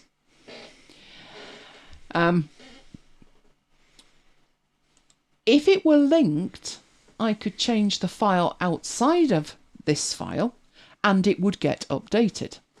So while I personally much prefer embedded, some people much prefer linked because they're doing collaborative work. Now, what I'm about to show you, it doesn't matter if the files are linked or embedded. I'm just showing you this as this is a prelude to the next step. So you could, if you wanted to here, take all of these and click the button and it would make them linked. And what it wants to do now is say, tell me where you want these files. So if I put them on the desktop and I call them linked images, in fact files is probably better, right? It will take the files, it will take them out of here and it will put them in the desktop and they will become linked. So now they're all linked. And this file, if I saved this file, it will be much smaller. But the problem then is, if I move the file somewhere, I'm going to lose the link with the graphics. That's why I prefer them embedded, but it doesn't matter. If I want to embed them, select them all and click embed and boom, they're then embedded. So it's as simple as that. Right, that's to do with the content in the file. But if you want to send this somewhere as a package, you can save it as a package and you then get this package document dialog. And in here, you've got the summary, which is telling you there are 5 fonts. None of them are missing and none of them are restricted. Restricted in terms of the fonts means that you've bought one and it's licensed. Okay, so sometimes you should not be passing those around. They are licensed fonts. And sometimes they will be marked as restricted. But we have 5 fonts. It doesn't tell us which fonts, it just says 5 fonts. In images, it's telling us there's 8 images. None are linked, none are missing, none are modified. And we have the option to include the fonts and the images wherever, if we wanted to include those, we could include them. Charles, could you link to files in a cloud? Yes, you could, in the same way that video editors use proxy media and the real stuff is somewhere else. So it wouldn't matter if it was in a cloud. If you're sharing work with somebody else, yes, you could have them in a cloud. The benefit of having them in a cloud is it's unlikely you would move them as much as if you just randomly put a folder on the desktop and say, these are my linked files. So yes, you could put them in a cloud. Right, but what you've got here, you've got your options to include them, so you can put your tick on, your tick off, but we still don't know which fonts. So if you click on fonts in the list on the left, it shows you which fonts. That is a good way to make sure that you've not got some random text in some random font either. I've got all the different kinds of Source Sans Pro, which is Manchester United's official font, and I've got Trajan Pro, which is Munich 58's official font. So they are in there. And then if I click on the images, that gives me a summary of what images I've got in there, and it tells you whether they are linked or they are embedded. So this is pretty much, you've got 3 views, the summary, the fonts and the images as previews, and you have the options to whether you want to include the fonts or whether you want to include the images. I haven't made any changes to any of that, okay, but I will click OK, and that will allow us to send this out as a package. So I'm going to put it on the desktop. You will notice there is an option to save the package, but it doesn't actually give you any option to name the file. You're saving a package of this particular file.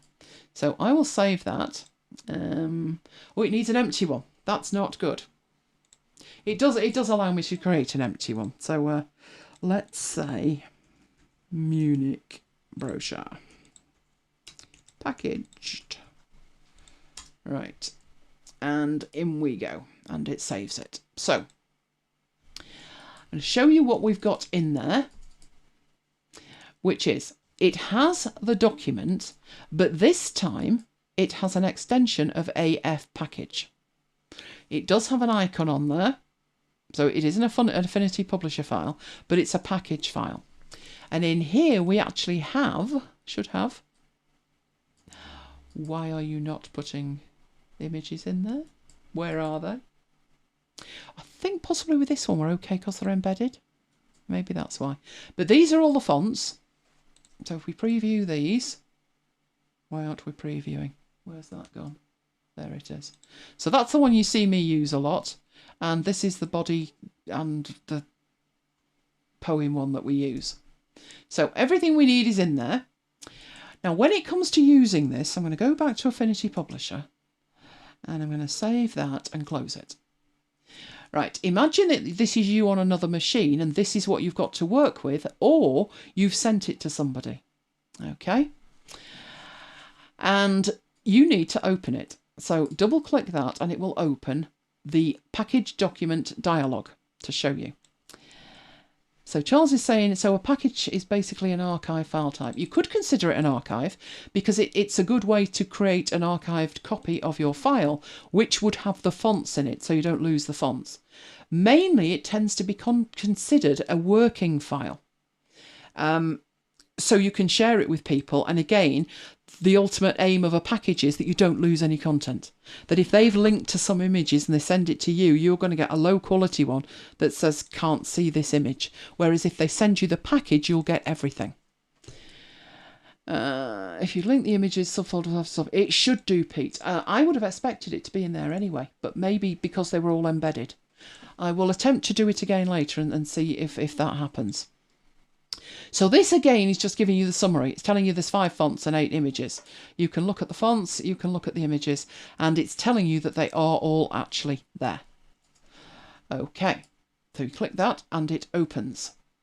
And you can then carry on working. Technically speaking, and practically speaking, there will be no difference in the file. None whatsoever. Everything should look identical. However, if you start working on this, so we've got this one here. Let's say we wanted to make that name there and stuff bold. So I've made a change and I want to save it. When I go up here, the save is dimmed out. You can't save it. The rationale behind this is if someone has sent you a package file, it's like a version. It's a point in time and you're not intended to make any changes to it. But you can save as. So if I do a save as, it will let me do that. We'll put it on the desktop. So pages from package and save that on the desktop. And now you're editing in an Affinity Publisher file and not a package file. So that's the idea with it. Now, let's just see if we can prove a point with one of these. So if we take one of these, let's take the one of Mike. There he is. All nervy in front of his boyhood heroes, weren't you? That's Brian Robson there. And that's the Manchester United manager, Ollie. And that was the club captain. We haven't got Casey on there, have we? The ladies captain. No. We've got the boys admiring Mike. And the funniest part of this, whenever I look at that, apart from the fact that Mike looks amazing, is the fact that this thing here has Munich 58 on it, which is our website with the logo. What you don't see the blue tack? What you don't see is behind that, there's a Manchester United crest. It's a fan-driven event. So I stood there and I looked at this plinth they'd given us and I thought, well, that's all very well. It's got United branding on it, that's going to have to go. So I stuck that on the front of it with more blue tack than you can shake a stick at. But what happened was they had to swap the plinth and I thought, darn it. Anyway, the guys who changed the plinth realised that the Munich thing was on the front and they carefully took it off one plinth and put it on the other plinth. So we didn't have to sneak it in, they knew we were doing it. Right, so we have an image in there. Let's go to Document and Resource Manager. And because it's selected, it knows we're working with this image here. And what we could say is make linked. So that's now a linked file. If you notice, it didn't ask me where to save all of that. It knew because we've done the thing with it before and we put it on the desktop. So the images are actually there. If we now do this as a save as a package and leave everything the same, interesting, we've now got 6 fonts because we had 5 before. Oh, that's because I used another one when I made it bold at the bottom. I used the semi-bold and italic. So in fact, it's probably that one, Pro Bold Italic.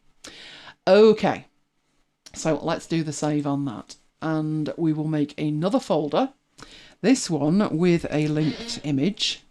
And we'll see. In fact, did I need to do that before then? Hang on. Save as package, images. Yep, they're all there. So we'll save that as, no, we've already got one there. Linked image, and we'll put it in there. Okay. Right, let's close that. We'll save that, but I don't think we need to. Right, and let's have a look what we've got. So this one was the one with the linked image. So our fonts are there, and there's our image. So if they're embedded, the embedded images stay within the AF package. If they're linked, they're collected together underneath the images folder. So that answers that question. Oh, good grief. Hair of Hounds, I remember that. Oh, Neil living just up the road from us. I can't believe you're half a world away now. Right, so if there's any questions about that, put them in there. But other than that, need to motor on or we're not going to have time for Mike. Which would never do, would it? Right, another thing is the ability to convert pixel layers into image nodes. And I thought when I looked at that one, really? But I can see there might be a benefit to it. I'm demonstrating this one after I've done the package thing, because if I hadn't, it wouldn't have made sense. I'd be talking about saving it to a package and you'd be like, well, what's a package? So now we know what a package is. If I open up, in fact, I'll make a new file. We'll have an A4 one. Right, sometimes, in fact, no, I won't. I will open up the old one for a good reason.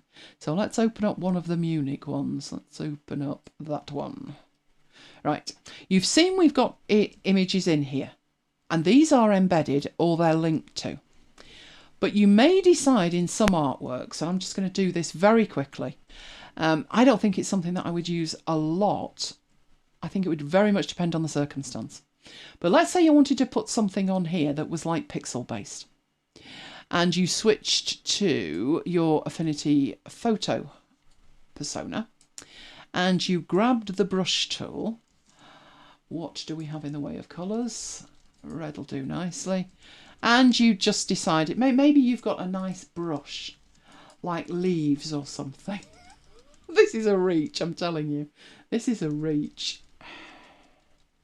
I don't particularly see anything in there that looks stunning. But let's just grab one of these. And let's just say I want to put some squiggles down here. This is for a reason. I know you think I'm insane. Right, but I'm in Affinity Publisher, but I'm editing with the tool set from the photo persona. So back into Affinity, and I've got this object, and this object is pixels. You've just seen me draw it. It's a pixel object, and there it is. Now, if we go back to the document and the resource manager, and we look in here, our pixels are beautifully, carefully crafted pixels. Stick with me, right, are not available in the resource manager, so I couldn't make it linked. It's just there, it's embedded. It's not actually a resource. It's just some pixels there. Right, what this feature, turning it into a node, enables you to do is if you go into Layer and you go to Convert to Image Resource, it turns it from something that just happens to be sat in that file into something that is a complete resource, which means when we go back into the resource manager, the pixel layer pops up as a resource. That means that you could make that linked if you wanted to. Okay, now I'm going to cancel that. You could if you wanted to. And for sharing purposes, this is against my better judgment. But can we put it in there? I don't think that's the right folder. I think we need it in linked files, so I'll put it in there. That one is now linked, which means it's shareable. As a collection of pixels, it's externalized from this Affinity publisher file. It's now a TIFF and it can be used anywhere for any particular purpose. So that's the idea of doing it. It also means if you did decide you wanted to save this as a package, when you look at your images, it should be available in there, which is that one. So it will export it and it will be separate. Charles is liking that. He's liking that. Functionality Pixel Persona is a layer that is completely absent in Adobe InDesign. Adobe InDesign are probably heading in different directions, aren't they? Probably. Right, but it's there and then you can create the package. So onto the desktop. Pixel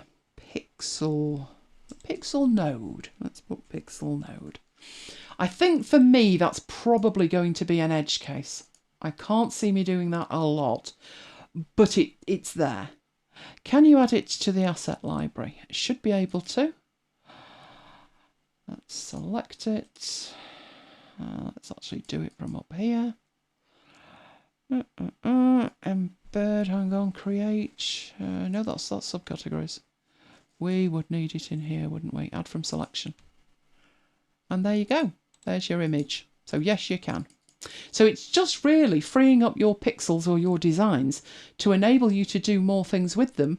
Either keep them in the asset library, export them, share them with other people. Other than that, they would be an element that would be locked up inside this publisher file. So it's freeing the content of your publisher file. So yes, you can. Excellent. Right, let's whip back in here. Next thing. PDF bookmarks. We have had the ability to create bookmarks, not from day one with Affinity Publisher, unfortunately, but not far into it, because that was the one thing I wrote to them about. And I said, I can't use this if I can't make bookmarks. If I can't click something in a PDF, it's useless to me. Okay. But what they've added this time, they've extended the support they already had, basically. So let's go and have a look at that. So in here, we probably do have some links. This year, it's important because it's a PDF. I've lost my mouse. There's my mouse. Don't disappear. Okay, let's get rid of that. Get rid of that. Right, somewhere in here, we will have some links like this, like that one there, that we would want to be a link. And that you could always do. So you could click it and you could, why is that not working? Crying out loud. Interactive, insert an anchor. Now, an anchor is something that links internally. You can also insert a hyperlink. So in this case, I would want that to be a URL and I would put the URL actually in it.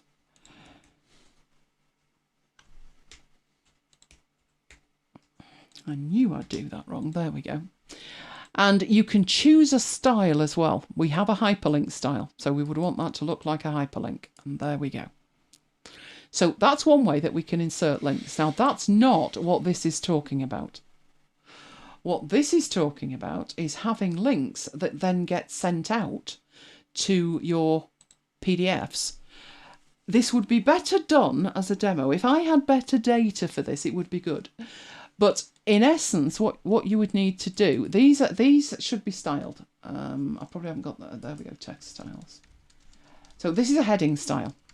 If the heading style was set up to be a table of contents style as well, then that would make a lot of sense.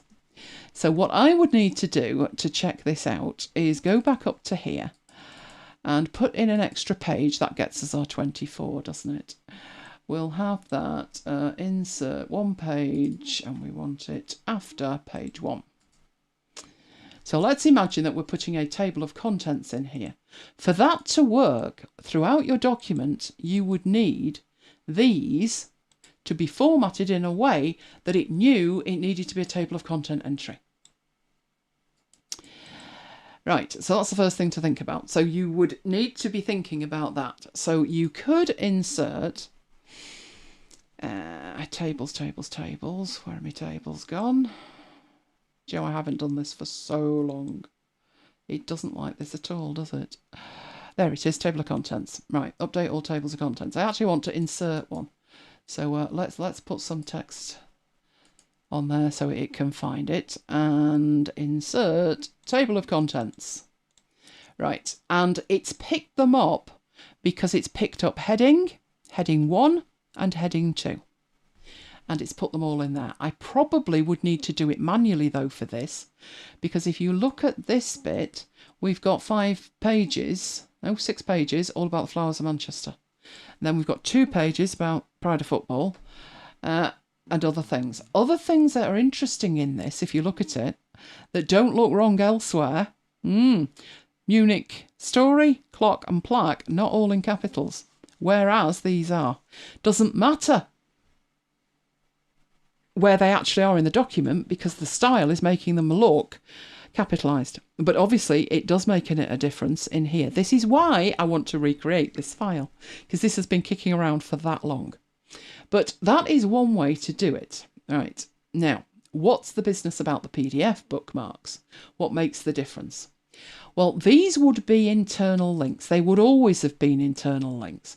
So if we produced this out, and I'm just going to take the tick out of there, so it does it the old way. If we were to produce that out as a PDF, and I'm going to ignore and continue, right, if we produce that out as a PDF,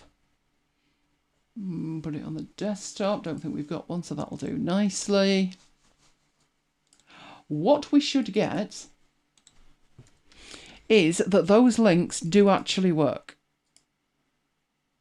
Now, I'm in edit mode. I need to not be in edit mode. These links should work. It doesn't look like they are at the minute. I have no idea why. But these links should work. But basically, that's not what we're talking about here. This is a table of contents, and it would link internally to itself. But this new option is to do with what we see up here, which is an outline for the document. So sometimes when you open a PDF document, there is a huge index in here, a beautiful structure, an outline that you can follow. And Affinity Publisher couldn't do that. So it could do the links over here, couldn't do the links on the left. Would the Alfred case workaround fix that, or does the source title have to change? I probably could fix that with that one, Pete. I could. So I'm going to go back to Affinity Publisher and show you how to make an outline over here. That's the new feature. So back to Publisher. But just to prove Pete's point, let's go to the Munich clock. And I reckon they should be in capitals.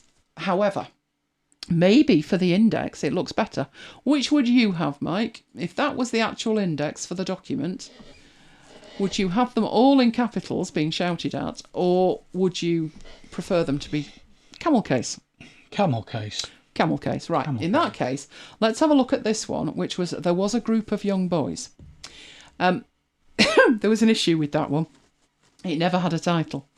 And we were putting the title in, and obviously I've put the was in capitals because we had it as there were a group of young boys.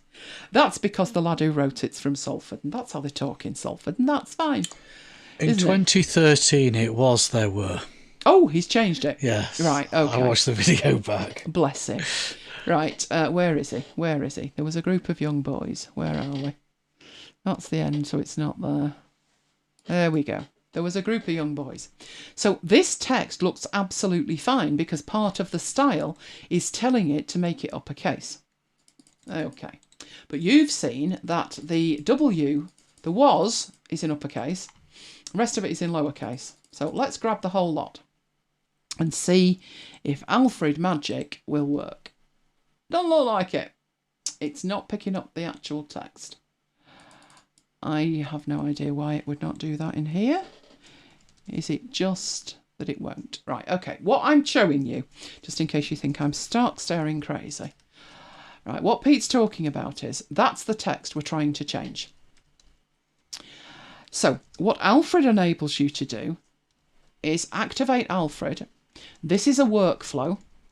And one of the options would be that one there, which is title case. You'll see the capital T, W, G, Y and B, but A and of is lowercase. That's title case. That's exactly what I want it to be. And I use that all the time. It doesn't seem to work automatically in here, unfortunately. But what I could do is then paste it back in.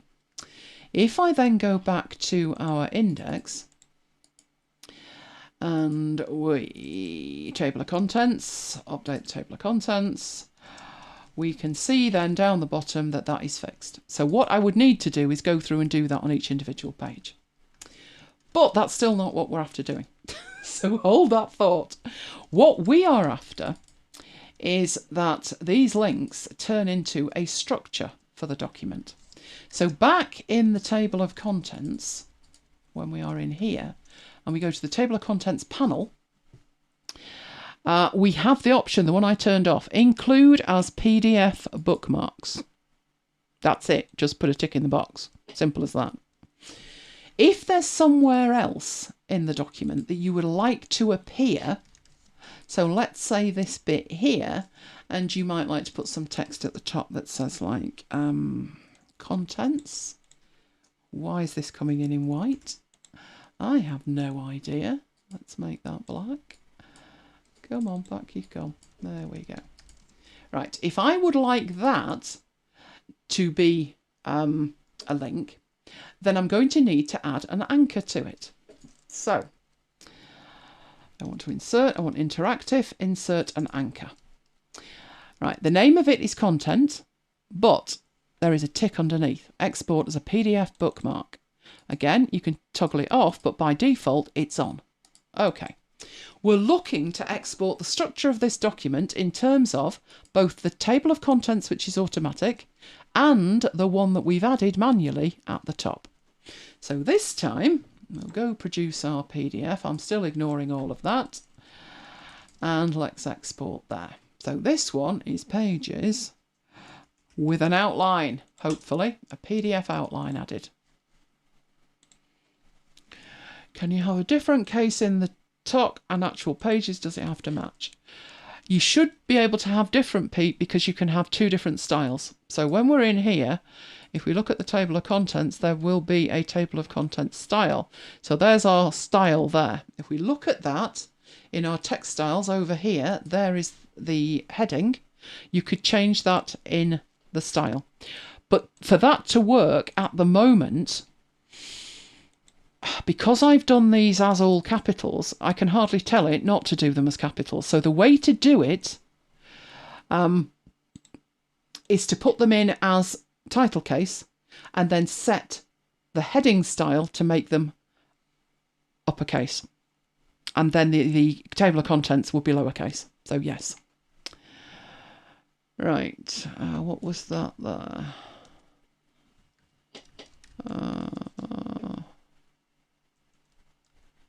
No, I'm looking about that, but never mind. Right, okay. So we've did we produce that? I think we did, didn't we? There we go. There's the one with the outline. Fingers crossed. It's got an outline. Would you believe it? No outline. I have no idea why that's not working. That says outline. Hang on. I know what the problem is. Okay. I forgot to mention one thing. Did I tell you I'd not had any sleep? Right. When you produce this, and we ignore and continue, you have different settings. Now, I have special settings for our printer. I think we have our print production company, not physical printer. Oh, God, they never work. We do have a physical printer, don't we? More like a doorstop, to be honest. But if I produce that for print, it doesn't need the outline, does it? 'Cause it's going to print. But 3 of these support it. Small size, high quality, and flatten. So I'll go for high quality and I'll export it. And I will call it the same. So we'll overwrite the outline one. And now we'll open that. And hopefully when it's strutted its stuff... Okay, you came back too soon. Right, come on. There is the outline, okay? So obviously, for this document, it needs tidying up a lot. We're seeing all of the problems because this document is about 10 years old. But the idea of this is that you can actually navigate through. And there you go. So that's the purpose of a PDF outline as opposed to one of these, which is an index. So these are now clicking as well. So if I wanted to see the story, I can go to it. Those are internal links in a table of contents, whereas these are structural links within PDF Expert. Okay, that's that one done. Right, let's get back in again. We have, I think we're going to have to make a decision, Mike. So much goodness here. So much goodness. Right, I've got 3 things left for this, but when you've done yours, we're not going to have much time left, are we? Well, we can't miss this one, put it like that. The other ones don't take that long, but I'm thinking possibly bump the LMS to next week. Yeah. If it gets late. Because we're having so much fun with this, aren't we? Right, data merge. Oh, I have been waiting for this one for a long time. Because it's been in InDesign since forever, and without it, making a catalogue would be nigh on impossible. But I wanted to do different things with data merge, and didn't prove easy, put it like that. But it's here. It's been in InDesign for years. It's also, which is even more frustrating, it's been in Illustrator for years. Well, now it's here. Right, a data merge is where you take data from the source on the left, the database, and you take a plain document that you have added magic to, you merge the two together and you create either one document or a series of documents based on that original document by adding the data to it. That's normally what I say about this. One document, top right, one data source, top left, and a merged file or files at the bottom. But this takes it a little bit further than that. You can have multiple data sources. For obvious reasons, you can't have multiple files. You're working with a single file, but you can add data to it from multiple data sources. That is huge. That is not what Word does at all. And then at the bottom, you've got your merged document when you finish doing it. So how do we go about that? Right, let's get back into Publisher. Question. Can Publisher create bookmarks from a calendar date to a page number? From a calendar date. Can you give me a bit more information, Debbie? I'm not visualising what you're seeing. You should be able to. I don't see why not. You're just changing the text, aren't you? Yeah, you should be able to do that. Yes, I think you should. Oh, Pete's gone quiet. I'll tell you who has gone quiet. Johnny. Young Jonathan. I noticed that a few minutes ago. Young Jonathan. He'll be snoozing away nicely. Bless him. Right, so data sources. Let's get rid of this file because we don't need to data source that. Although I did think, all the people who died, you could have them in the database. Yeah. And pull details through. And that is something that would probably make it easy to update it. Excellent, Debbie. I will go in and have a look. Mike will remind me. Won't you, Mike? Because you know what I'm like. Right, I've closed everything down completely. And I'm going back to my pages. And we want to create a merged file here. So we're going to totally start from scratch. I have noticed this is behaving much better in terms of making this dialog box blank when the screen is not full res. But it's been doing it since forever, so it's definitely a bug. Right, we create... I'm not doing this like a normal person. No, of course not. Why would I do that? People think of these as being business cards, labels, stuff like that. Or a catalogue. No, that's not what I want. I don't want a catalogue. What we have actually done this for, we have done this many times. I will show you the result of it. Right. We have a PDF of it. Bingo cards. Who doesn't want a WWDC 2021 bingo card? Last year, now many moons ago, like 2012, this was easy. Did it in Pages. The doddle. Absolute doddle. They ripped out the mail merge functionality of Pages, which left me with Word. and a box of tissues because I was sobbing my heart out. But I did manage to create a kind of hybrid thing last year, if you remember. Did the layout in Affinity Publisher and then did the merge inside Word. I know, the shame, but that's what I did. Now, this is amazing. Not to spoil the punchline, I think I can make this work. What I wanted to do last year was do this in Publisher, and it wasn't possible. And the reason that it's so amazing is when we tried doing it in Word, it took forever. It literally took like 20 minutes later, it's still chugging away, reading the data in. Because for reasons best known to Jonathan, wasn't his favourite number something like 327? Something like that, yeah. So we had to make loads of them so he could pick the one with his favourite number. So what I'm going to attempt to do is recreate that. Did you say 327? Something like that, why? Because that's today's Marooned date. Oh, it is, isn't it, that we forgot? That we forgot. Yeah. Oh, that was such a smooth entry into Marooned, wasn't it? I always say, hello, welcome to Marooned, MacBites headquarters day. And we just went, not quite sure. Anyway, it's 227. Now embedded on my brain, Mike. What can I say? He needed some, it was his favourite number, so it had to be done. That's the short version of it. Now, I'm not particularly concerned in replicating this with all of the pretty icons and stuff. Basically, it's the merge we need in that thing there. So that's what we're after replicating to some degree. So I make it A4 so people can print it out if they want to. I don't need facing pages.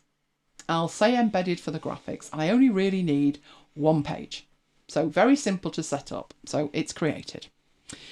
Right. Now, there is a couple of ways of doing this. So I'm going to show you the way first, which is not the way I want. I did not want this, okay?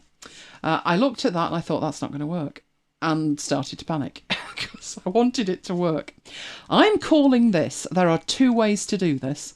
There's catalogue style and there's table based. Catalogue style would be where you have the information and you want to create a series of labels. And to do that, you need this new tool over here, the Data Merge Layout tool. So I'm going to click that and draw out an area on my page. By default, it puts in a grid of 4. And these are your areas to put stuff in. You can add to this if you need to. And you've got various things available at the top. The cell width and height and whether you want to preserve it, what the gutter is, rows, columns, all sorts. So if you did want 4 by 4, very simple to do that. Now, I'm going to draw out here what I would like in each of these. So if we think of these as just being, and I'm going to have to use the data that I've got. I literally, in 24-hour turnaround for this, I haven't had chance to make like snazzy data. The data I've got is the bingo cards. Although this is not going to end up looking like the bingo cards. But that's fine, because I will show you the bingo cards, which is a way trickier thing to do. So I have my source data. My source data is coming from Excel. And that's what it looks like. It is literally 24 items in columns. And you can see they're all overlapping one another, but it's just text. And what we do is we play the bingo thing. And we're waiting for somebody like Tim Cook does the praying hands. If you've never seen him doing the praying hands. I keep saying a 2 terabyte iPad. For years I said a meaningful update to iWork. So basically it's things that we think Apple may or may not say, and we have some great fun with them. So that's the data we're working with. The data it will accept in Affinity Publisher is from Excel, text, CSV, and JSON files. So I haven't sanitized that Excel file in any way at all. It's just an Excel file. Haven't even opened it. Right? I will link that in at some point. But what I want to do in here is give it, first of all, somewhere to put the text. So let's say I actually draw out a little text box there. And I would probably want it a little bit bigger than that. And I'm putting it up here for a reason. Right? And in there, I want to put item 1. So if you think of it as a catalogue, I would like item 1 in there. I would probably organise that better as well. I'd have it centred, and I'd have it centred vertically, and I'd probably have it Avenir because that's my favourite font. Right, so I've got this text in this box, and as I bring it over here, look what happens. I've only got one text box, but wow, it appears in all of them because it's seated, that first one, in the grid that is here. Now, it's not quite centred it. I would need to do that, which makes it pretty tricky. Let's see if that's any better. So I need to select the one on the outside. That's pretty decent. So by adding just a text box, but putting it inside this grid, it has automatically filled all of the others. So if you think of this as being address labels, and what that looks like over here is the data merge layout is at the top, and the item is inside it. If that item was not inside it, there would only be one of them. But as soon as you put it inside the grid, you get the whole lot populated. Okay so far. But all we've done so far is actually put some text in. There's nothing else there. It's just text. You need 2 items here to work with this. So in the document, you need your data merge manager, which is this dialog. The other thing you're going to need is in the view, studio, fields, you're going to need that. And helpfully it's opened that about 3 miles away on the other screen. So these are what you're going to need to work with. Right, first thing to do. In your data merge dialog, you need to go find the data. So my data,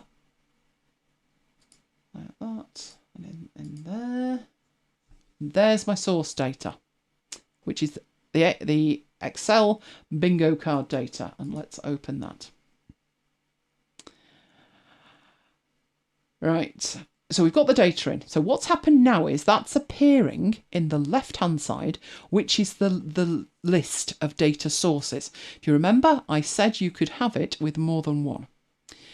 Right, and then what we have on the right-hand side is the source, the filter, the preview, and the merge pages.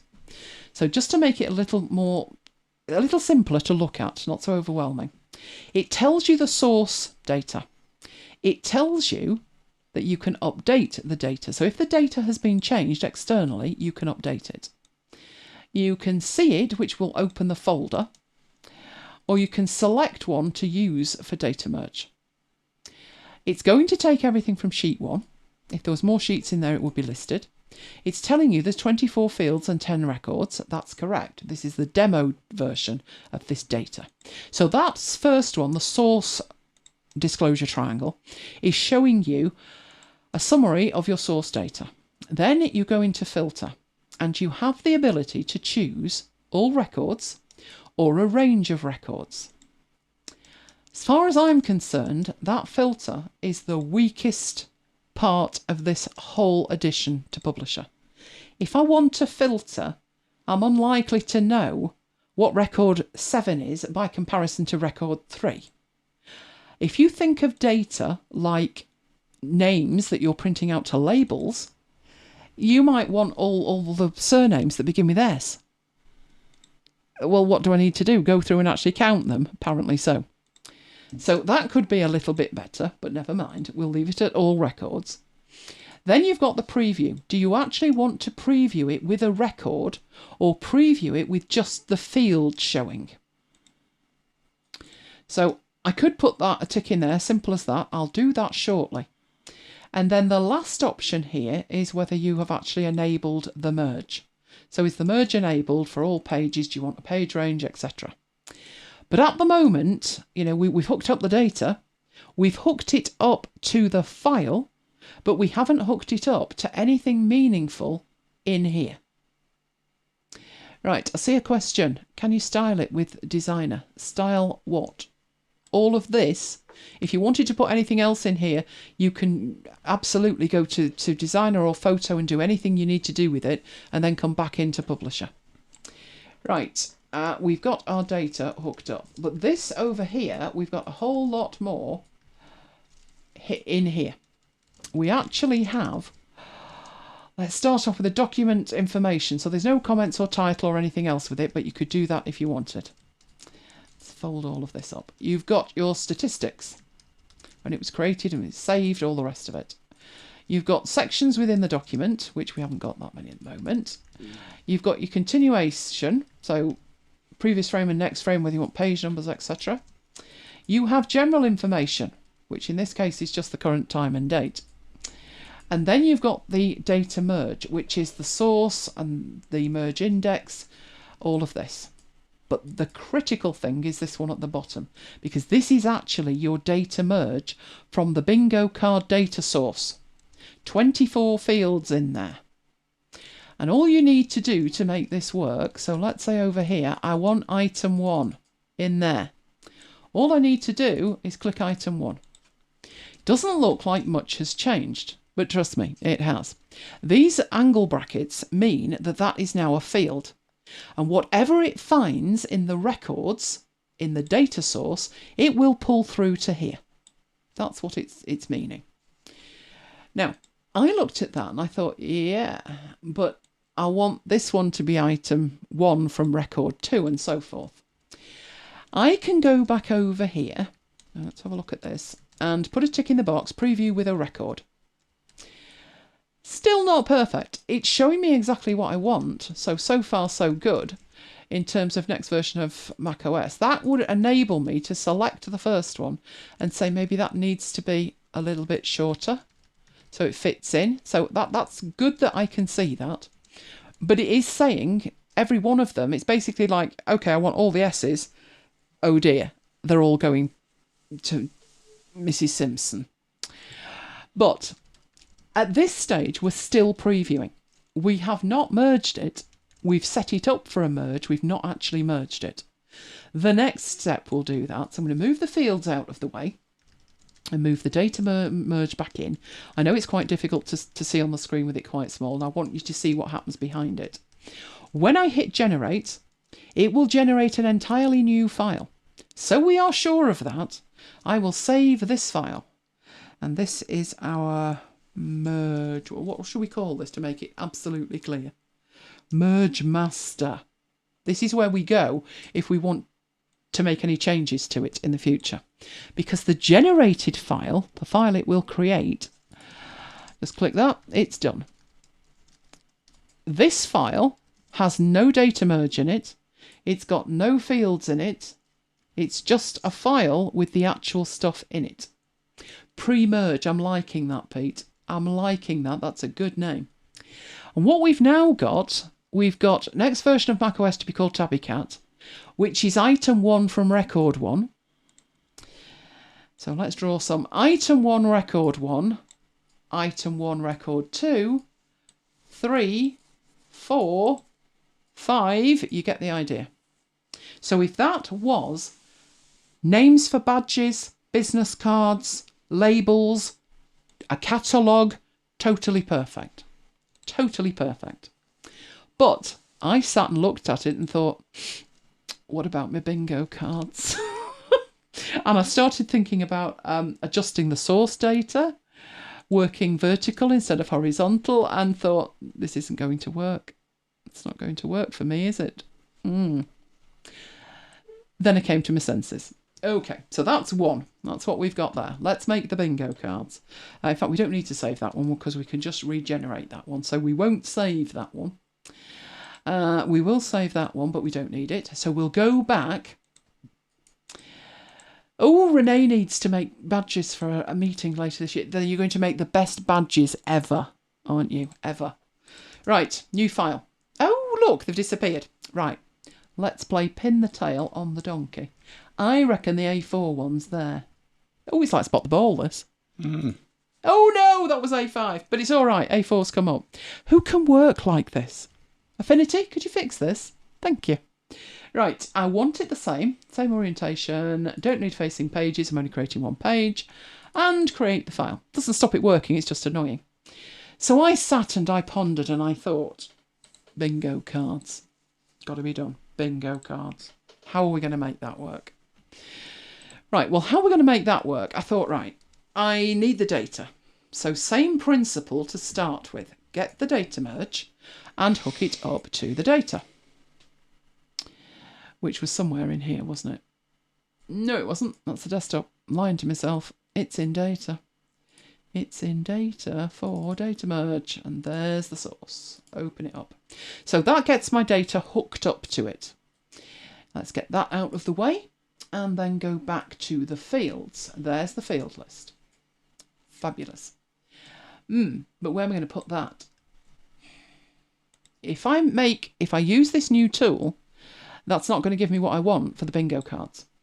9 times out of 10, it will give you what you want, because what you want is like a catalogue approach. But I called my approach totally different type of approach, the bingo card option, which is I want to see all the records, all the fields from one record on one page. So I thought, well, why don't you just design it the way you would normally design it? Which is, boom, there you go, there's a table. It's nothing like you need it to be, but... So, I need a table, and I need that table to be 5 by 5. So click in there. Did that do 5 by 5? That didn't do 5, did it? Come on, 5. There we go, 5 by 5. It doesn't look much like my other table, but never mind, because I can stretch this out. So I want that. I'm creating pretty much what we saw before. And I probably want it on this side. And I want it big enough. And I would actually make... if I was doing this properly, if I had more time, which I don't, I would make sure that everything lines up and all the rest of it. There is a table in the view options in Studio. There is table.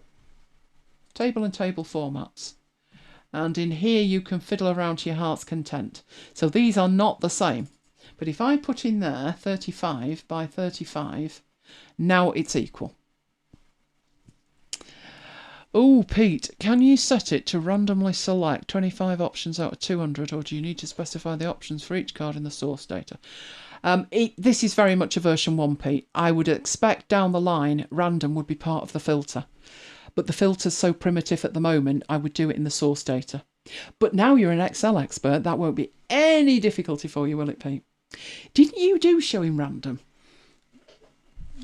In one of our demos, I think it was this one, you were randomising something. And we said we wouldn't demo that tonight. Mike did do randomise. I did. He did. He'll go and have a look for that now. Now I've reminded him he did it because he didn't know he'd done it. But now he does, bless him. Okay. So these are now right. These are correct, although they don't look correct. Some of them don't look right, but I'm hoping it's an optical illusion. I am hoping it's an optical illusion. You've not watched the random one yet. It was to do with when we were doing the bingo cards. So we did the bingo cards a different way last time, but now we can do them properly. So I've got a table. Obviously, I'd be looking to put shapes and stuff all over the place here and make this all pretty. So I would have... zoom out a bit. Oh, you are not zooming, were you? That's better. Right. I would do this and design this properly. So I would, at this point, have a gradient in there. I would make this... I think we did... did we do radial? Is that radial? I think it is. Come on. I really shouldn't fiddle with this. There we go. It was radial, I think. And this end of it was black. The middle of it was not white. It was very, very, very dark grey. So we got like a very, very dark grey, but not black. Something like that, give or take. Right, and of course we would put that backwards.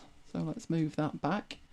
The table at that point, I think we did have a border on it. I think we had a total border on it. That was this one. And I do believe we had that white. So does that put a nifty little border on it? I see it moving.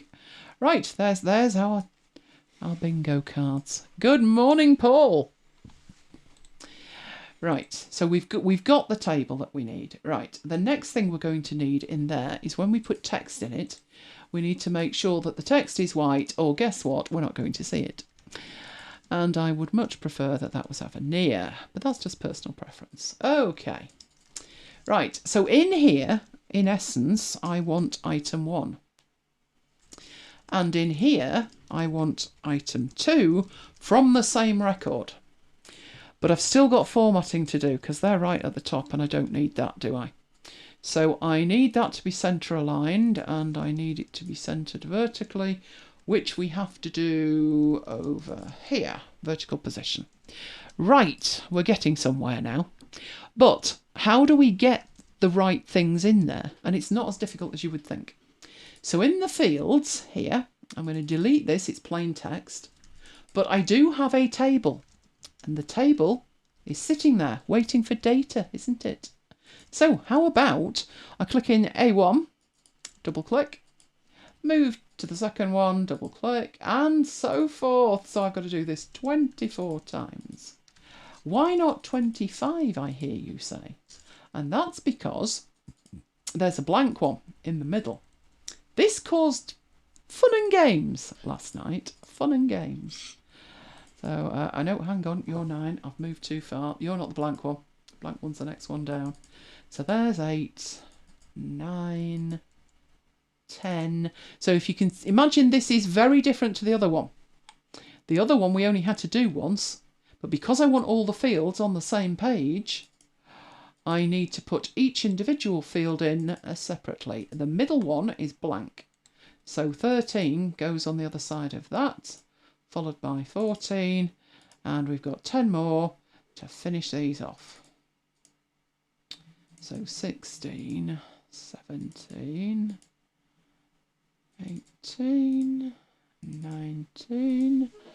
Oh, we're nearly there. We're nearly there. 20, 21.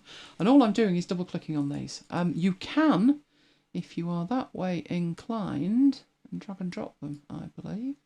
Although that isn't working in here. That could be because I'm sticking them in a table. Okay, we've wired it up. What goes in the middle one? Glad you asked. What goes in the middle one is... don't make that Avenir. No, make that Arial again. Right, and try that again. There we go. If it's Arial and I use Option Shift K, try that on your keyboards. Option Shift K gives you the Apple logo. Excellent. Right, other issue I've got here, which I'm going to have to go and sort that out. We need that smaller, so that's going to need to be about 10 points, which means that that one's going to need to be done manually. Right, there we go. Right, not looking bad. Get rid of that, and the rest of it is purely making it look decent. So we've got the waves that I think we had at the bottom. Let's make the waves a bit bigger, like that. You can move that up out of the way because everything is locked in there. It's not going to cause any problems at all. We'll put the MacBites at the bottom, make that bigger. And I think the other thing that I had on there was just purely visual, which was at the top. It had a tiny little strip, and that strip was MacBites Orange, which is not that colour. That's a bit red, isn't it? More orange. There we go. So it kind of looked like that, and I think we had like the MacBites Live thing on it. No, I know what it said. It said WWDC, didn't it? Oh, I can actually have this ready for next year. It's going to be amazing. Right, so I'll put that there, and then I can put some text in. WWDC 2021, and then format that. Our font is Myriad Pro. Not that one. I know Myriad Pro is installed. You are playing with my mind. There we go. And it's white. Awesome. And that would then be a little bit bigger. So not only does it look amazing, it's all wired up and ready to go. So that's our WWDC 2021 bingo cards. But obviously at the moment, it's all hooked up and ready to go, but there's nothing actually there. Right, if you remember over here, we had the ability to preview with a record. So let's put a record in it. This was when I started to get concerned. Where did my Apple go? Should be in the middle. So the data's correct, but my Apple's wrong. I spent far more time than was good to try this, to sort it out. So let's not worry about that. I mean, it's not great. As I go through the records here, you can see that Apple thing is moving all over the place. It's crazy. But don't worry about it. I spent far longer than was necessary dealing with that. Right, what I'm going to do at this point, we'll take Pete's approach. Pete being sage and wise. WWDC 2021 bingo cards pre-merge. There you go, and I'll put them on the desktop. Right, that's the file that you go back and you edit. Right, Renee says, to use the data merge, do you specifically need a table or could you dress up a document with the fields you want to display? You need to extract resumes from an Excel spreadsheet into a booklet. No, you can put them wherever. I've put them in a table because it just makes way more sense to have them in a table for me, given what this actually is. But no, it doesn't matter where they are. You might find it better to use this tool. I could not use that tool. It didn't give me the right things. That's why I'm doing it in the table way. Right, so this is the pre-merge document. To merge it, we need to bring this back. What I will do is click on the pages because you can see the pre-merge document's got one page. I click generate and off it toddles. And for reasons best known to itself, everything's perfect. The Apple logo is in the middle, but the preview is shocking. I can only assume it's version 1 and it's a bug because once I merged it, it's absolutely fine. A couple of things I would do, obviously, in here is this is too close to the edge. So I went back and I formatted the table and put some spacing in. But just purely for time here, or it's going to be next week. That's it, and it's done. Oh, that's good. Now, all we need is an Apple event in March, and we are minted. We can have cards, and we can play away to our heart's content. Some of these I put in every year. 32-inch iMac, still waiting for that one. We said last time, because these were the ones from last time, macOS 10.16, and we didn't get it, did we? No, we got Biggles.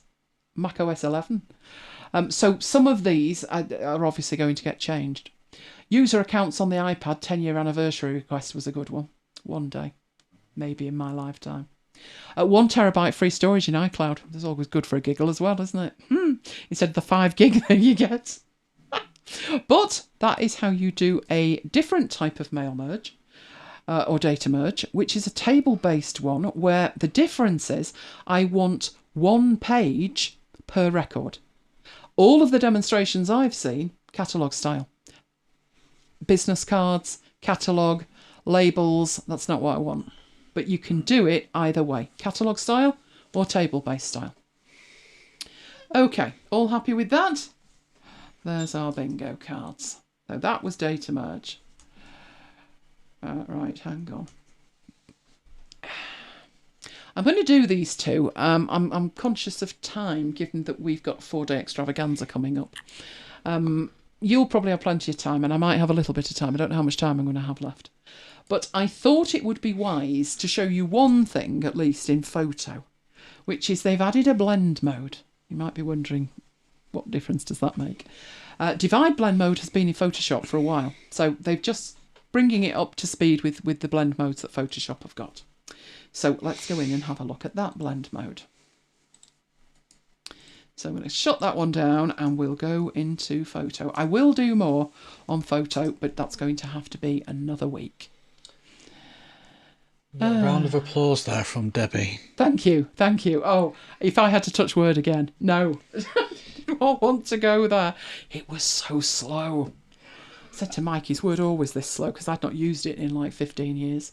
I can leave mine till next week because it'll be an anticlimax after this. No, it won't. People love Excel. You have your own little fan set there.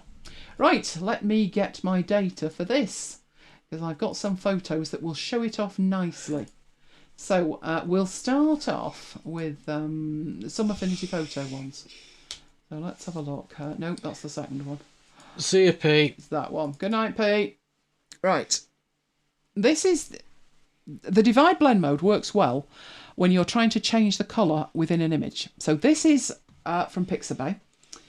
I don't think I did put the link up there. I'm very, very naughty. But what I will do is I will get the link so you can go and get these images and actually play with them yourself and see exactly how they work. So there is an image incoming now from Pixabay. Right, this is the first one. And what you can do with this is the kind of finished thing that we're looking for. So we want to change the lighting effect. It's not got much contrast. Whereas if I use this divide blend mode in the right way, that's much more contrasty. So I hope you can see the difference with that.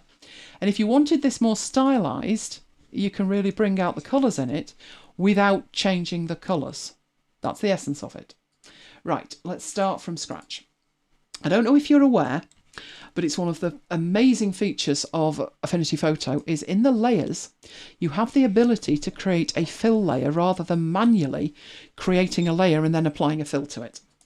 So put a fill layer on and then turn it off. Now, normally that would be white. So I'm going to make that white just because that's what will happen when you do it. So it's just a layer. It's full of white pixels. That's it. Now, what I need to do is go and pick up some colour from here that I then want to change. So what I would like to do is pick up a colour that I'd like to be brighter. So this is a good place to start here, because this should be quite bright, and it isn't really. It's kind of, in fact, it's greenish. It's got a greenish tone to it. You might think it's kind of just off-white, but it's actually more green.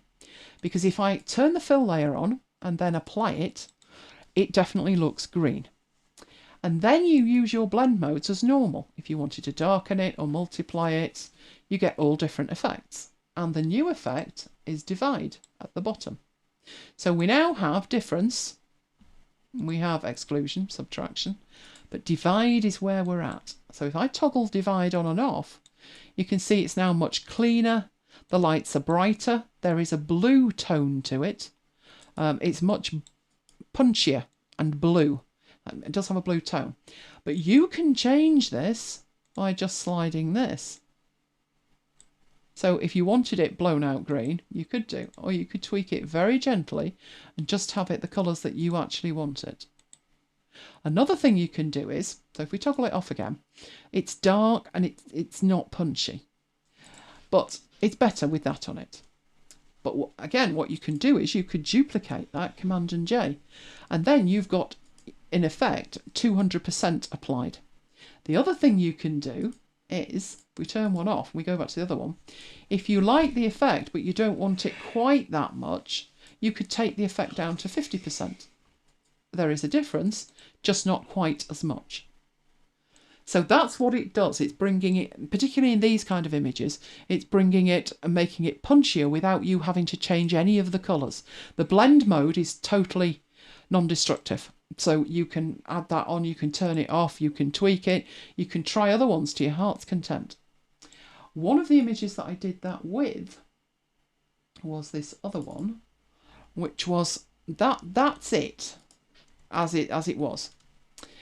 It's very dark and it's very warm. So again, same principle, just go to layer, new fill layer. It's got blue on it for some unknown reason. We'll turn that off while we go and pick something up. So if we want, let's say we want that colour there.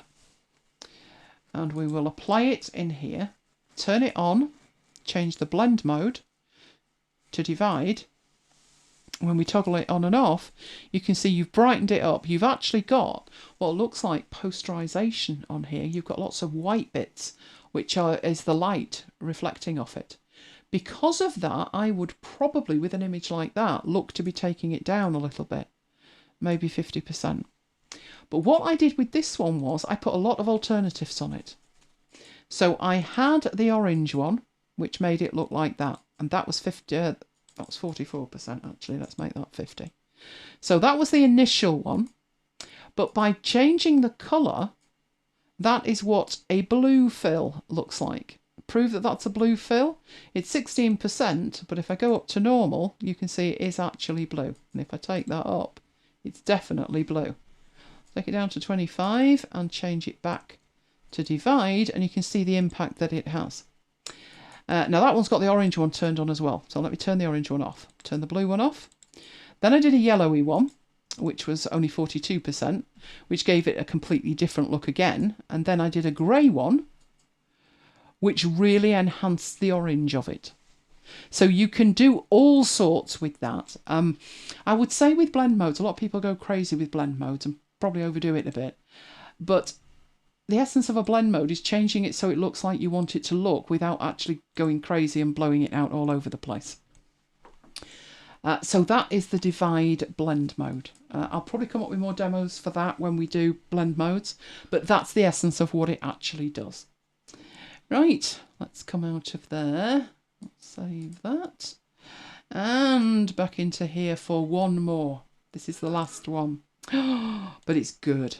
Oh, it's good. Finally, we can save our presets. Now, if that doesn't excite you, it will by the end of it, I promise. Right, so I'm going into Affinity Publisher because this is where it would... divide does literally mean the opposite of multiply. Yes, it does. It's all based on maths. So each colour has a value. And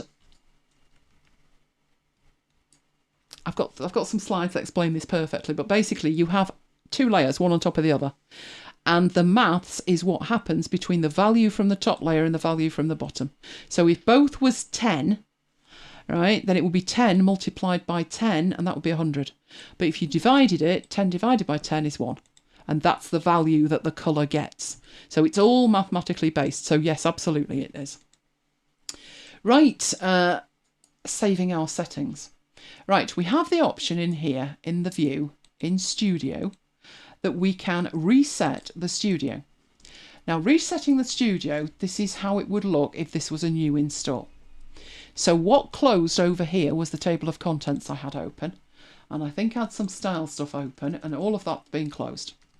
So this is the default. But if I'm working with the table of contents and the mail merge stuff, the data merge, then I'm going to need to turn stuff on. So first thing I'm going to do is get a new file. See, it's back again now. It's finished playing with my mind. Right, if I go into here, I'm going to want to get the extra stuff up. So in Documents, we've got our Data Merge Manager. So I might want that down there. Now, obviously, I'm using a very small resolution here, and that's what the problem is. Normally, on a 27-inch iMac, there's plenty of room for everything. So the next thing I would open is the View, Studio, and the Fields option. Another one that isn't actually open that I do use a lot and probably would use them in conjunction with the fields is the table. So if I go to View Studio and choose Table and back to Studio and Table Formats, then they can all live happily in there together, right? So that is what I would want for my data merge view. When I'm working with data merge, that's what I want to see. And what you can now do is go to View and you have Studio Presets where you can add a preset. So I'm going to add a preset and I'm going to call that Data Merge. Now there may or may not be issues with this. I'll explain why. Let me see. First off, will it let me do it?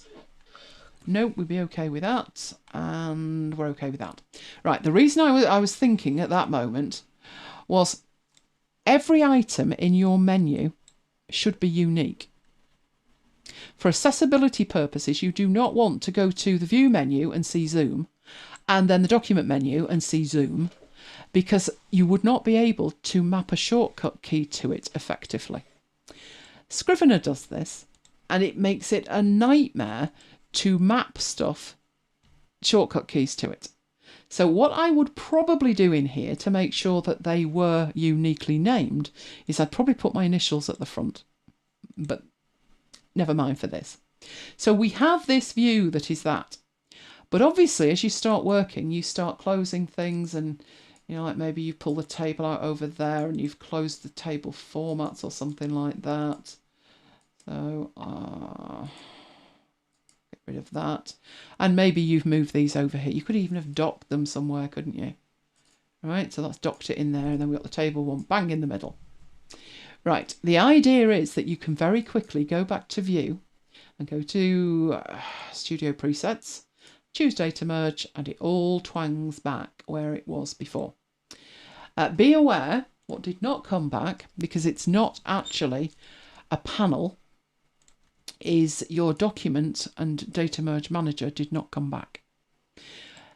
That seems erratic because it did before, but it didn't that time. But it did reset absolutely everything else. So you can create as many of those as you like, and in the view, in your presets, you can manage the presets. So you could rename it, you could delete it, you could apply it, and you can create other presets. So let's say I don't particularly want all of that lot. This is then the default view. So I could go back to View and Studio Presets, and I could add a preset and call that the default view. And that would enable me to very quickly go to View, choose the presets, all available from there. So there's the data merge, everything comes back. And if I go back to it and choose the default, everything disappears. It's fabulous. Now, there's one thing that you might be surprised I didn't show you tonight, and there is a reason for it. Apart from the fact there's 3 million other things to see, and we've already been at it 2.25 hours. There is an ability to log in to your Affinity account, which is this option in the top corner. All of this. And if you do this, they're giving you toys. So they will give you a cookbook template and gradient magazine templates and all kinds of wonderful stuff. You just need to register.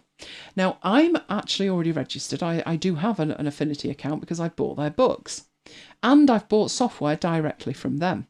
However, this version of Affinity Publisher and Photo and Designer on this machine were bought from the App Store. One of the fundamental differences between buying from the App Store and buying direct is via the direct purchase, you have activated software which can only be installed on a certain number of machines. But if you buy it from the App Store, you can install it wherever you want, whenever you need it. So if I'm out at a client and I need to do some work urgently, I can just log into the App Store on my account, install it, use it, and then come out when I've finished and delete it. That's why I have them from both. But if I log in here and I tell them that, oh, hello, here's me with some software bought from the App Store, and I do that on 3 or 4 machines, I don't know what the impact of that's going to be. So until I've worked out what the impact of that's going to be, I haven't actually logged in here yet. That may or may not be any impact to you whatsoever, but that's why I've not done it yet. I'm thinking about it. The other reason, of course, is I'm exhausted after sorting all of that lot out, because a lot of my time is not like, I can do a data merge in my sleep, but not when my Apple logo's meandering around and I'm trying to work out what it's doing. But then when I merge it, it's fine. So that wastes time. And I literally only had about 20 hours plus a little bit of sleep to try and sort all that out. So I hope that that was useful for you. I am going to whip into here because next up we have you, don't we? When I've pressed record. It's that one there. He's doing the find and search function. Once we've sorted that out, I'm going to see what time it is because we have a commitment for the next 4 days. This Excel extravaganza, isn't it? And it's running for like 16 hours a day. So sleep's going to be a tinge tricky over the next 4 days. So I particularly did not want to run long, but I don't particularly not want to touch on the LMS because I know everyone wants to see the LMS. But this week it was Affinity. What can I say? So let me know if that was useful in the chat while we sort Mike out. Are you sort outable? I'm sorted, dear? Yes. You are sort outable. I'm ready. Right. Then we need to see you, don't we? Right, I am handing over to you. You are live. I'm live. Thank you very much. Okay, what I thought I'd do this week is look at a couple of functions. One is the find function.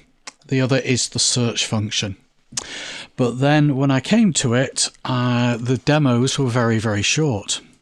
Now that could suit us down to the ground tonight. But I still can't fit an LMS in 20 minutes. But no, I'm going to throw in the substitute and the replace function as well.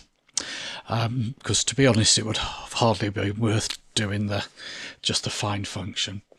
And it would give me a little bit of a rest, wouldn't it? Yes. For me. Okay, and I'll talk slowly. Right, both functions are used to find a character within a string. The key difference between find and search is that find is case sensitive, search isn't, and search can use wildcards and find can't. So, as an example, let's say I need to extract the first part of the email address in here. So I've just made up some email addresses.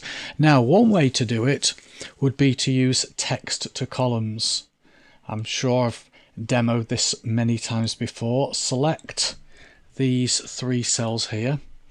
Go to Data, Text to Columns. Specify that you want the split to occur at the @ sign. And then do that, and it's split it into 2 columns, so you've got the first part of the email address, the second part of the email address, so that is one way to do it. But sometimes what you want to do is you want to store the first part of the email address, or it might not be an email address, it could be a part number, for example, that's broken into 2 with a hyphen for sake of argument. But in this case, we want to store the first part of the email address in another cell. In this particular case, it is going to be in column B, but in the real world, it might not be. It might be over here or over here or over here. In that case, you can't use text to columns. So it's as we say in the UK, horses for courses. I don't know if that's a UK expression only. I'm sure somebody can tell me. But basically, you choose the right tool for the job that you're trying to do. So in this case, I'm going to use the find function. What I do is I go to where I want to put the result and put equals find, open brackets. And the find function will take 3 parameters, well, 2 mandatory parameters, 1 is an optional parameter. So I can put here that what I'm looking for, what I'm trying to find, is the @ sign, which I have to put in double quotes because it's text.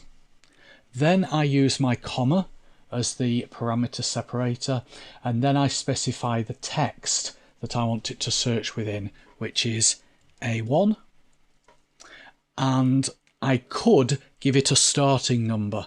So I could say start at character position 3, but if you don't give it a starting number, then it starts from the beginning. And what that has done is it's returned the position of the @ sign.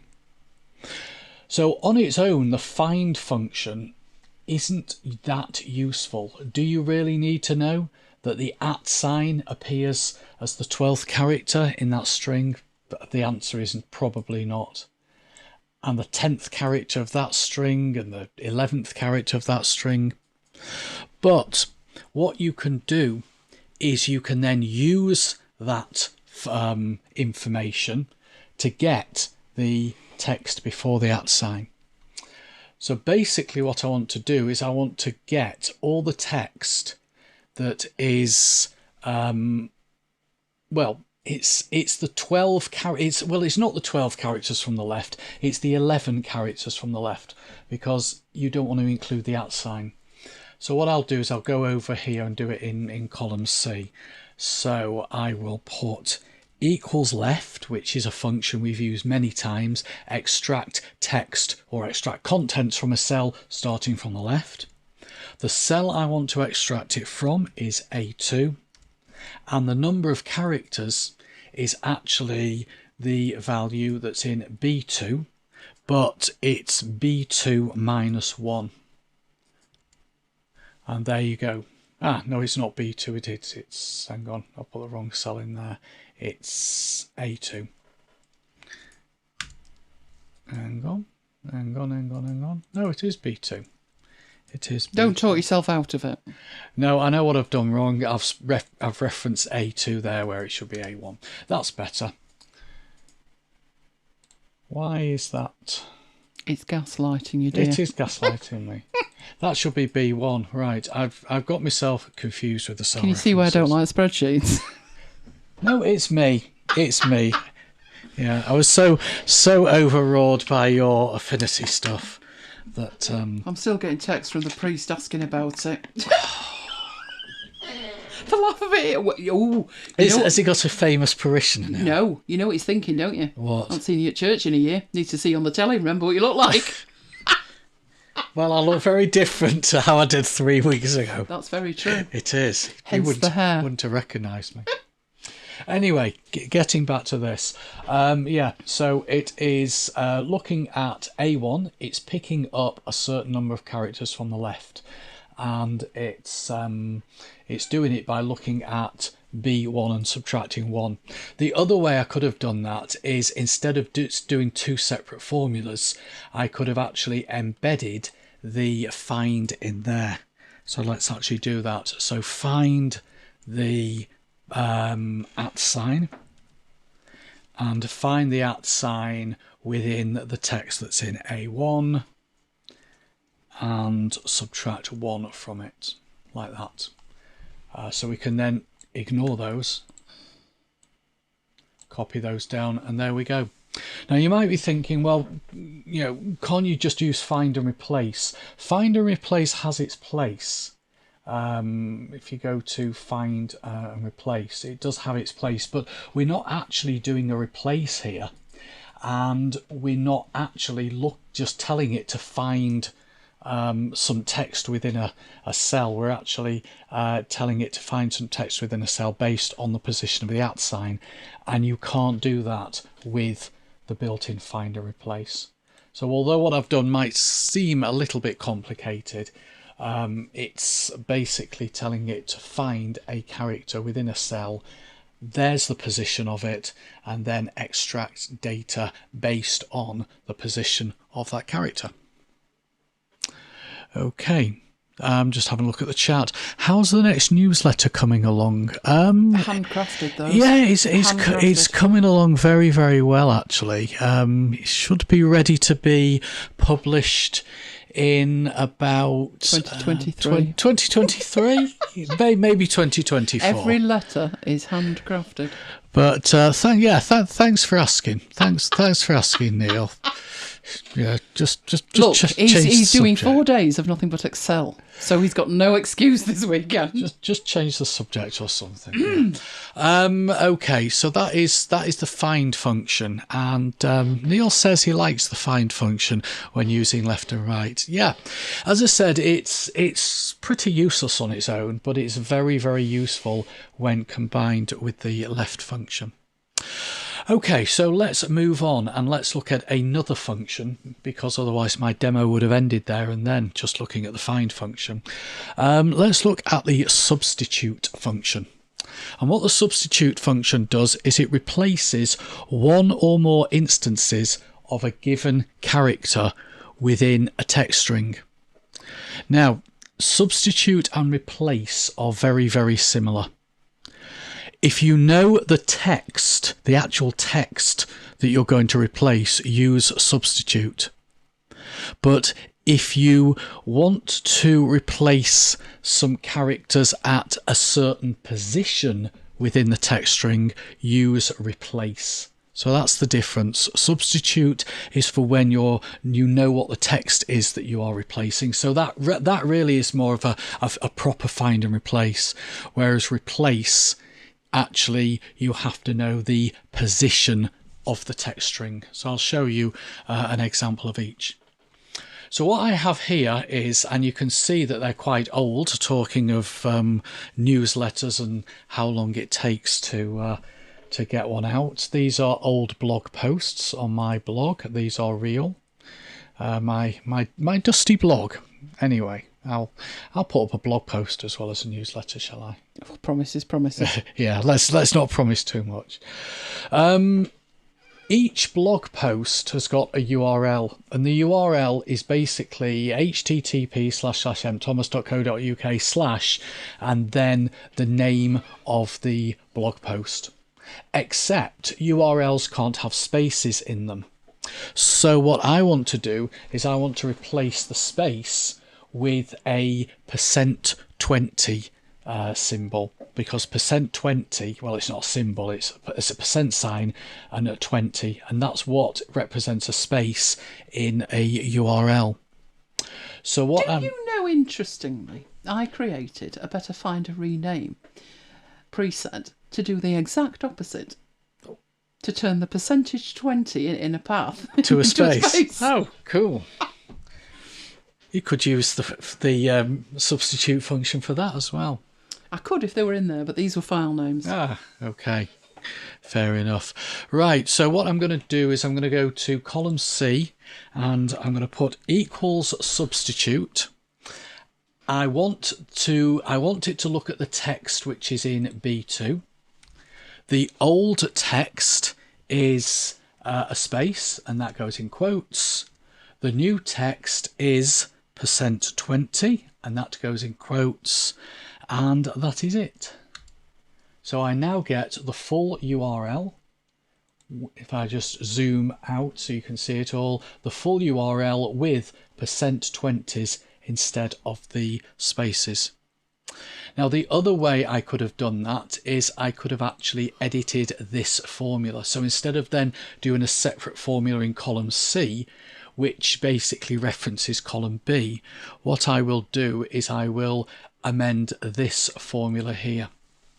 So this formula is taking the fixed text mthomas.co.uk/ and concatenating onto it what is in A2.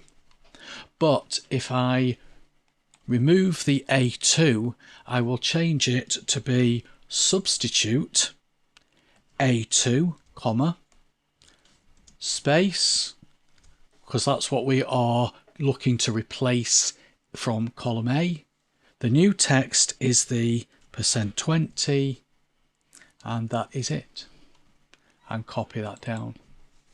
So there we go. That would be the proper URL. And assuming that that blog post still exists, we can go and see. Because I did a bit. That was one of the ones that I removed. I did a bit of tidying up of my that one's still there. I did a bit of tidying up on my blog a while back. Moved all the Excel ones over to the Excel trainer. Okay, why doesn't it find it? Gaslighting you. Gaslighting me, yeah. Oh, these are PDFs. They're PDF versions. They're not actually the blog posts themselves. If I remove the PDF off it, then it will, because I did at one point go through a phase of having PDF versions of my blog posts, so that's why it's not working. Okay, so next one. What I want to do here is, do you remember this example from about 19 something or other, when we changed the 06 ones to 016 ones? Oh, do you know what was worse than that? When they changed the postcodes. Yeah, because that's not simple. No, it's not. I do remember. No, Neil was probably in the UK at this time. He probably was. But yeah, we went through a phase of changing the phone numbers. So all the 061s, which was the old Manchester number, changed to 0161.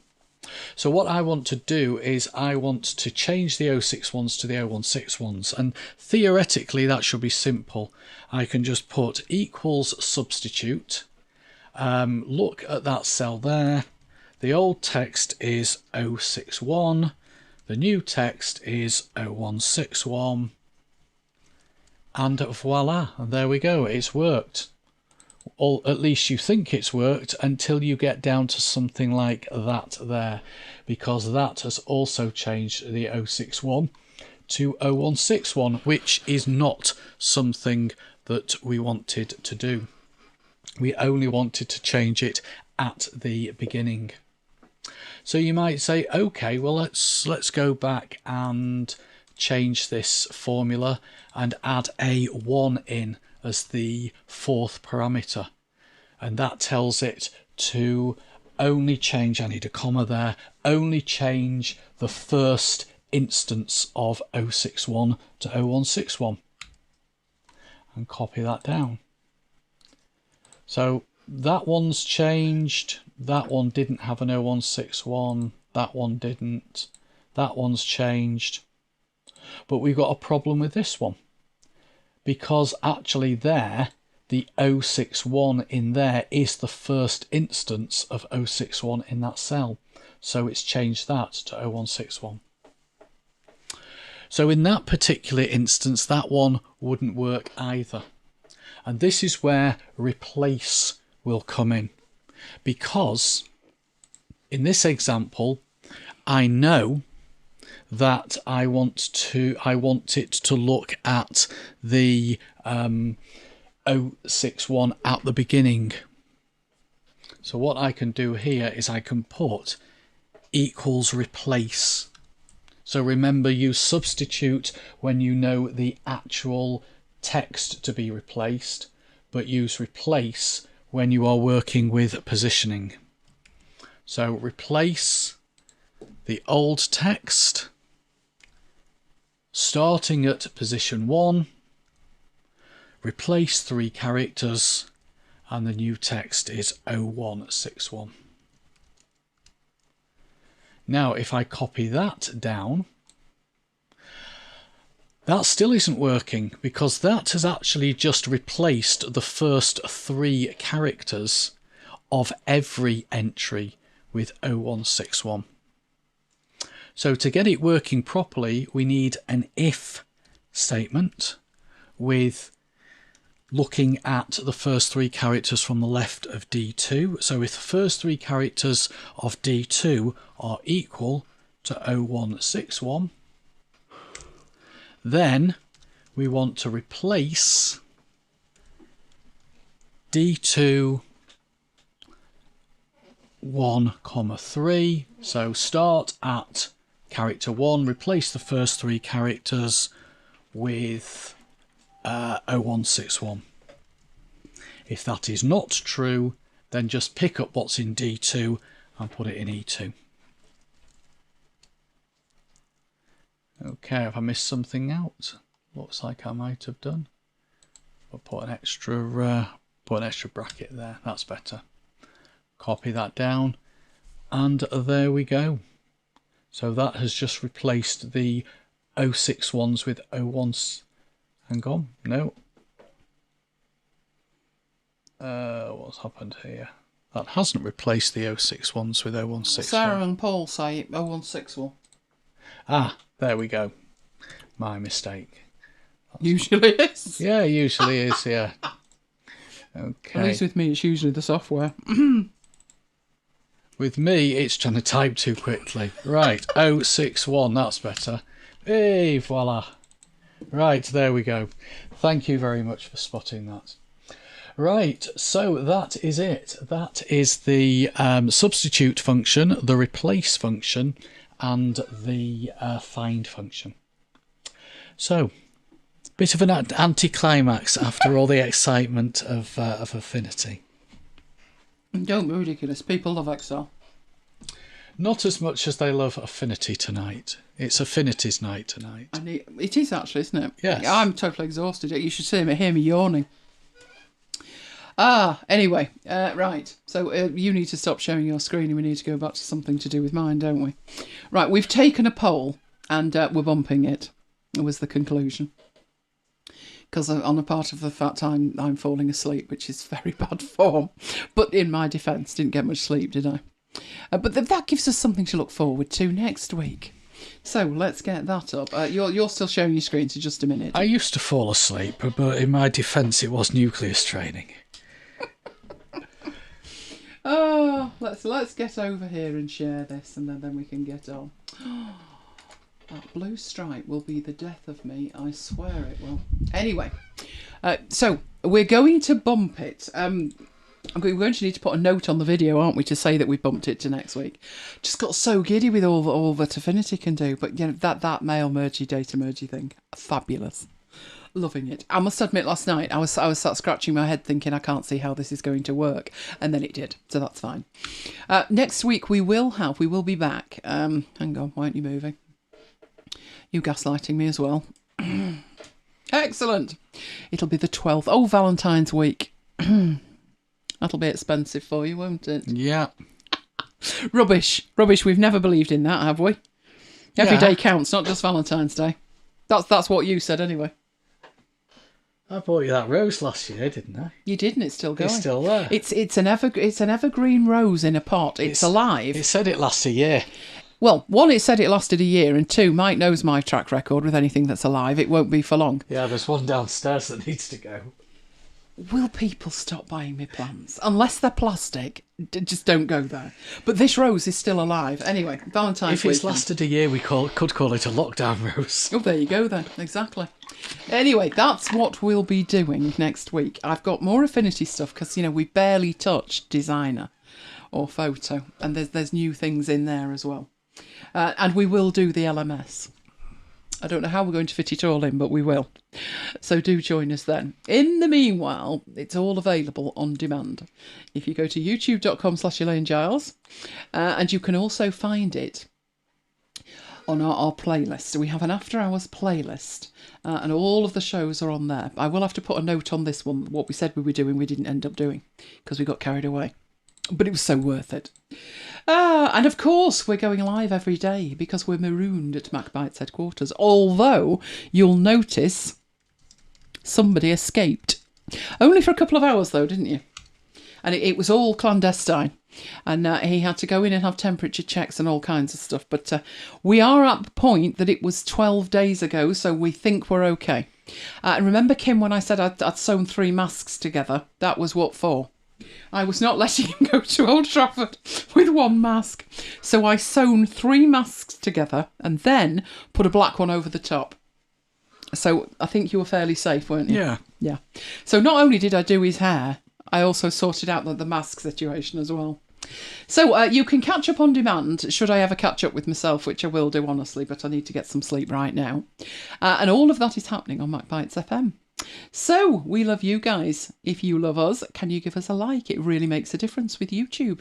It was weird with YouTube. If I watch a couple of videos from somebody and think that was pretty decent, they'll show me a few more. But if I don't watch any more, they disappear. And I'm thinking, did that guy not make any more videos? But he did, but I'm not seeing them. So if you put a like on it, it helps us and it helps you as well. That's my story anyway. No, it's true. It's true, honestly. In the meanwhile, we've also got a couple of emails. There'd be 3 if Mike ever sent one, wouldn't there?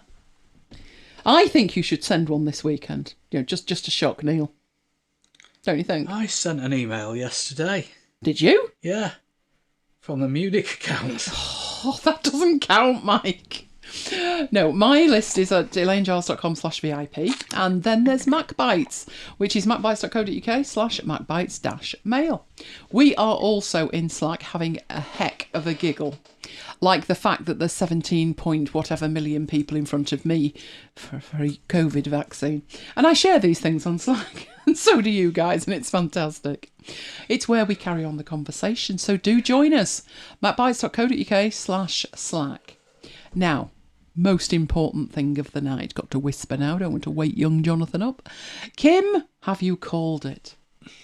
Have you called it? Does it need calling? I don't think it does, to be perfectly honest with you. I think it's fairly obvious that young Jonathan has nodded off some considerable time ago, if I say so myself. Anyway, I am going in there. That's the current score. I'm waiting for the nod from VAR. Elaine for the win. It's done. It's said. You mean this? Yes, VAR. Thank you, Kim. Right, let's get that in there then. Okay, not that one. Not that one. Why do you keep moving stuff? There we go. Right. 5 to me. Thank you. Neil says he was gone 30 minutes in. Do you think he should have a point docked for that if he doesn't make an hour? Yeah. I think these rules should be changed. We need to incentivise young Jonathan. Well, I'm glad you all enjoyed it.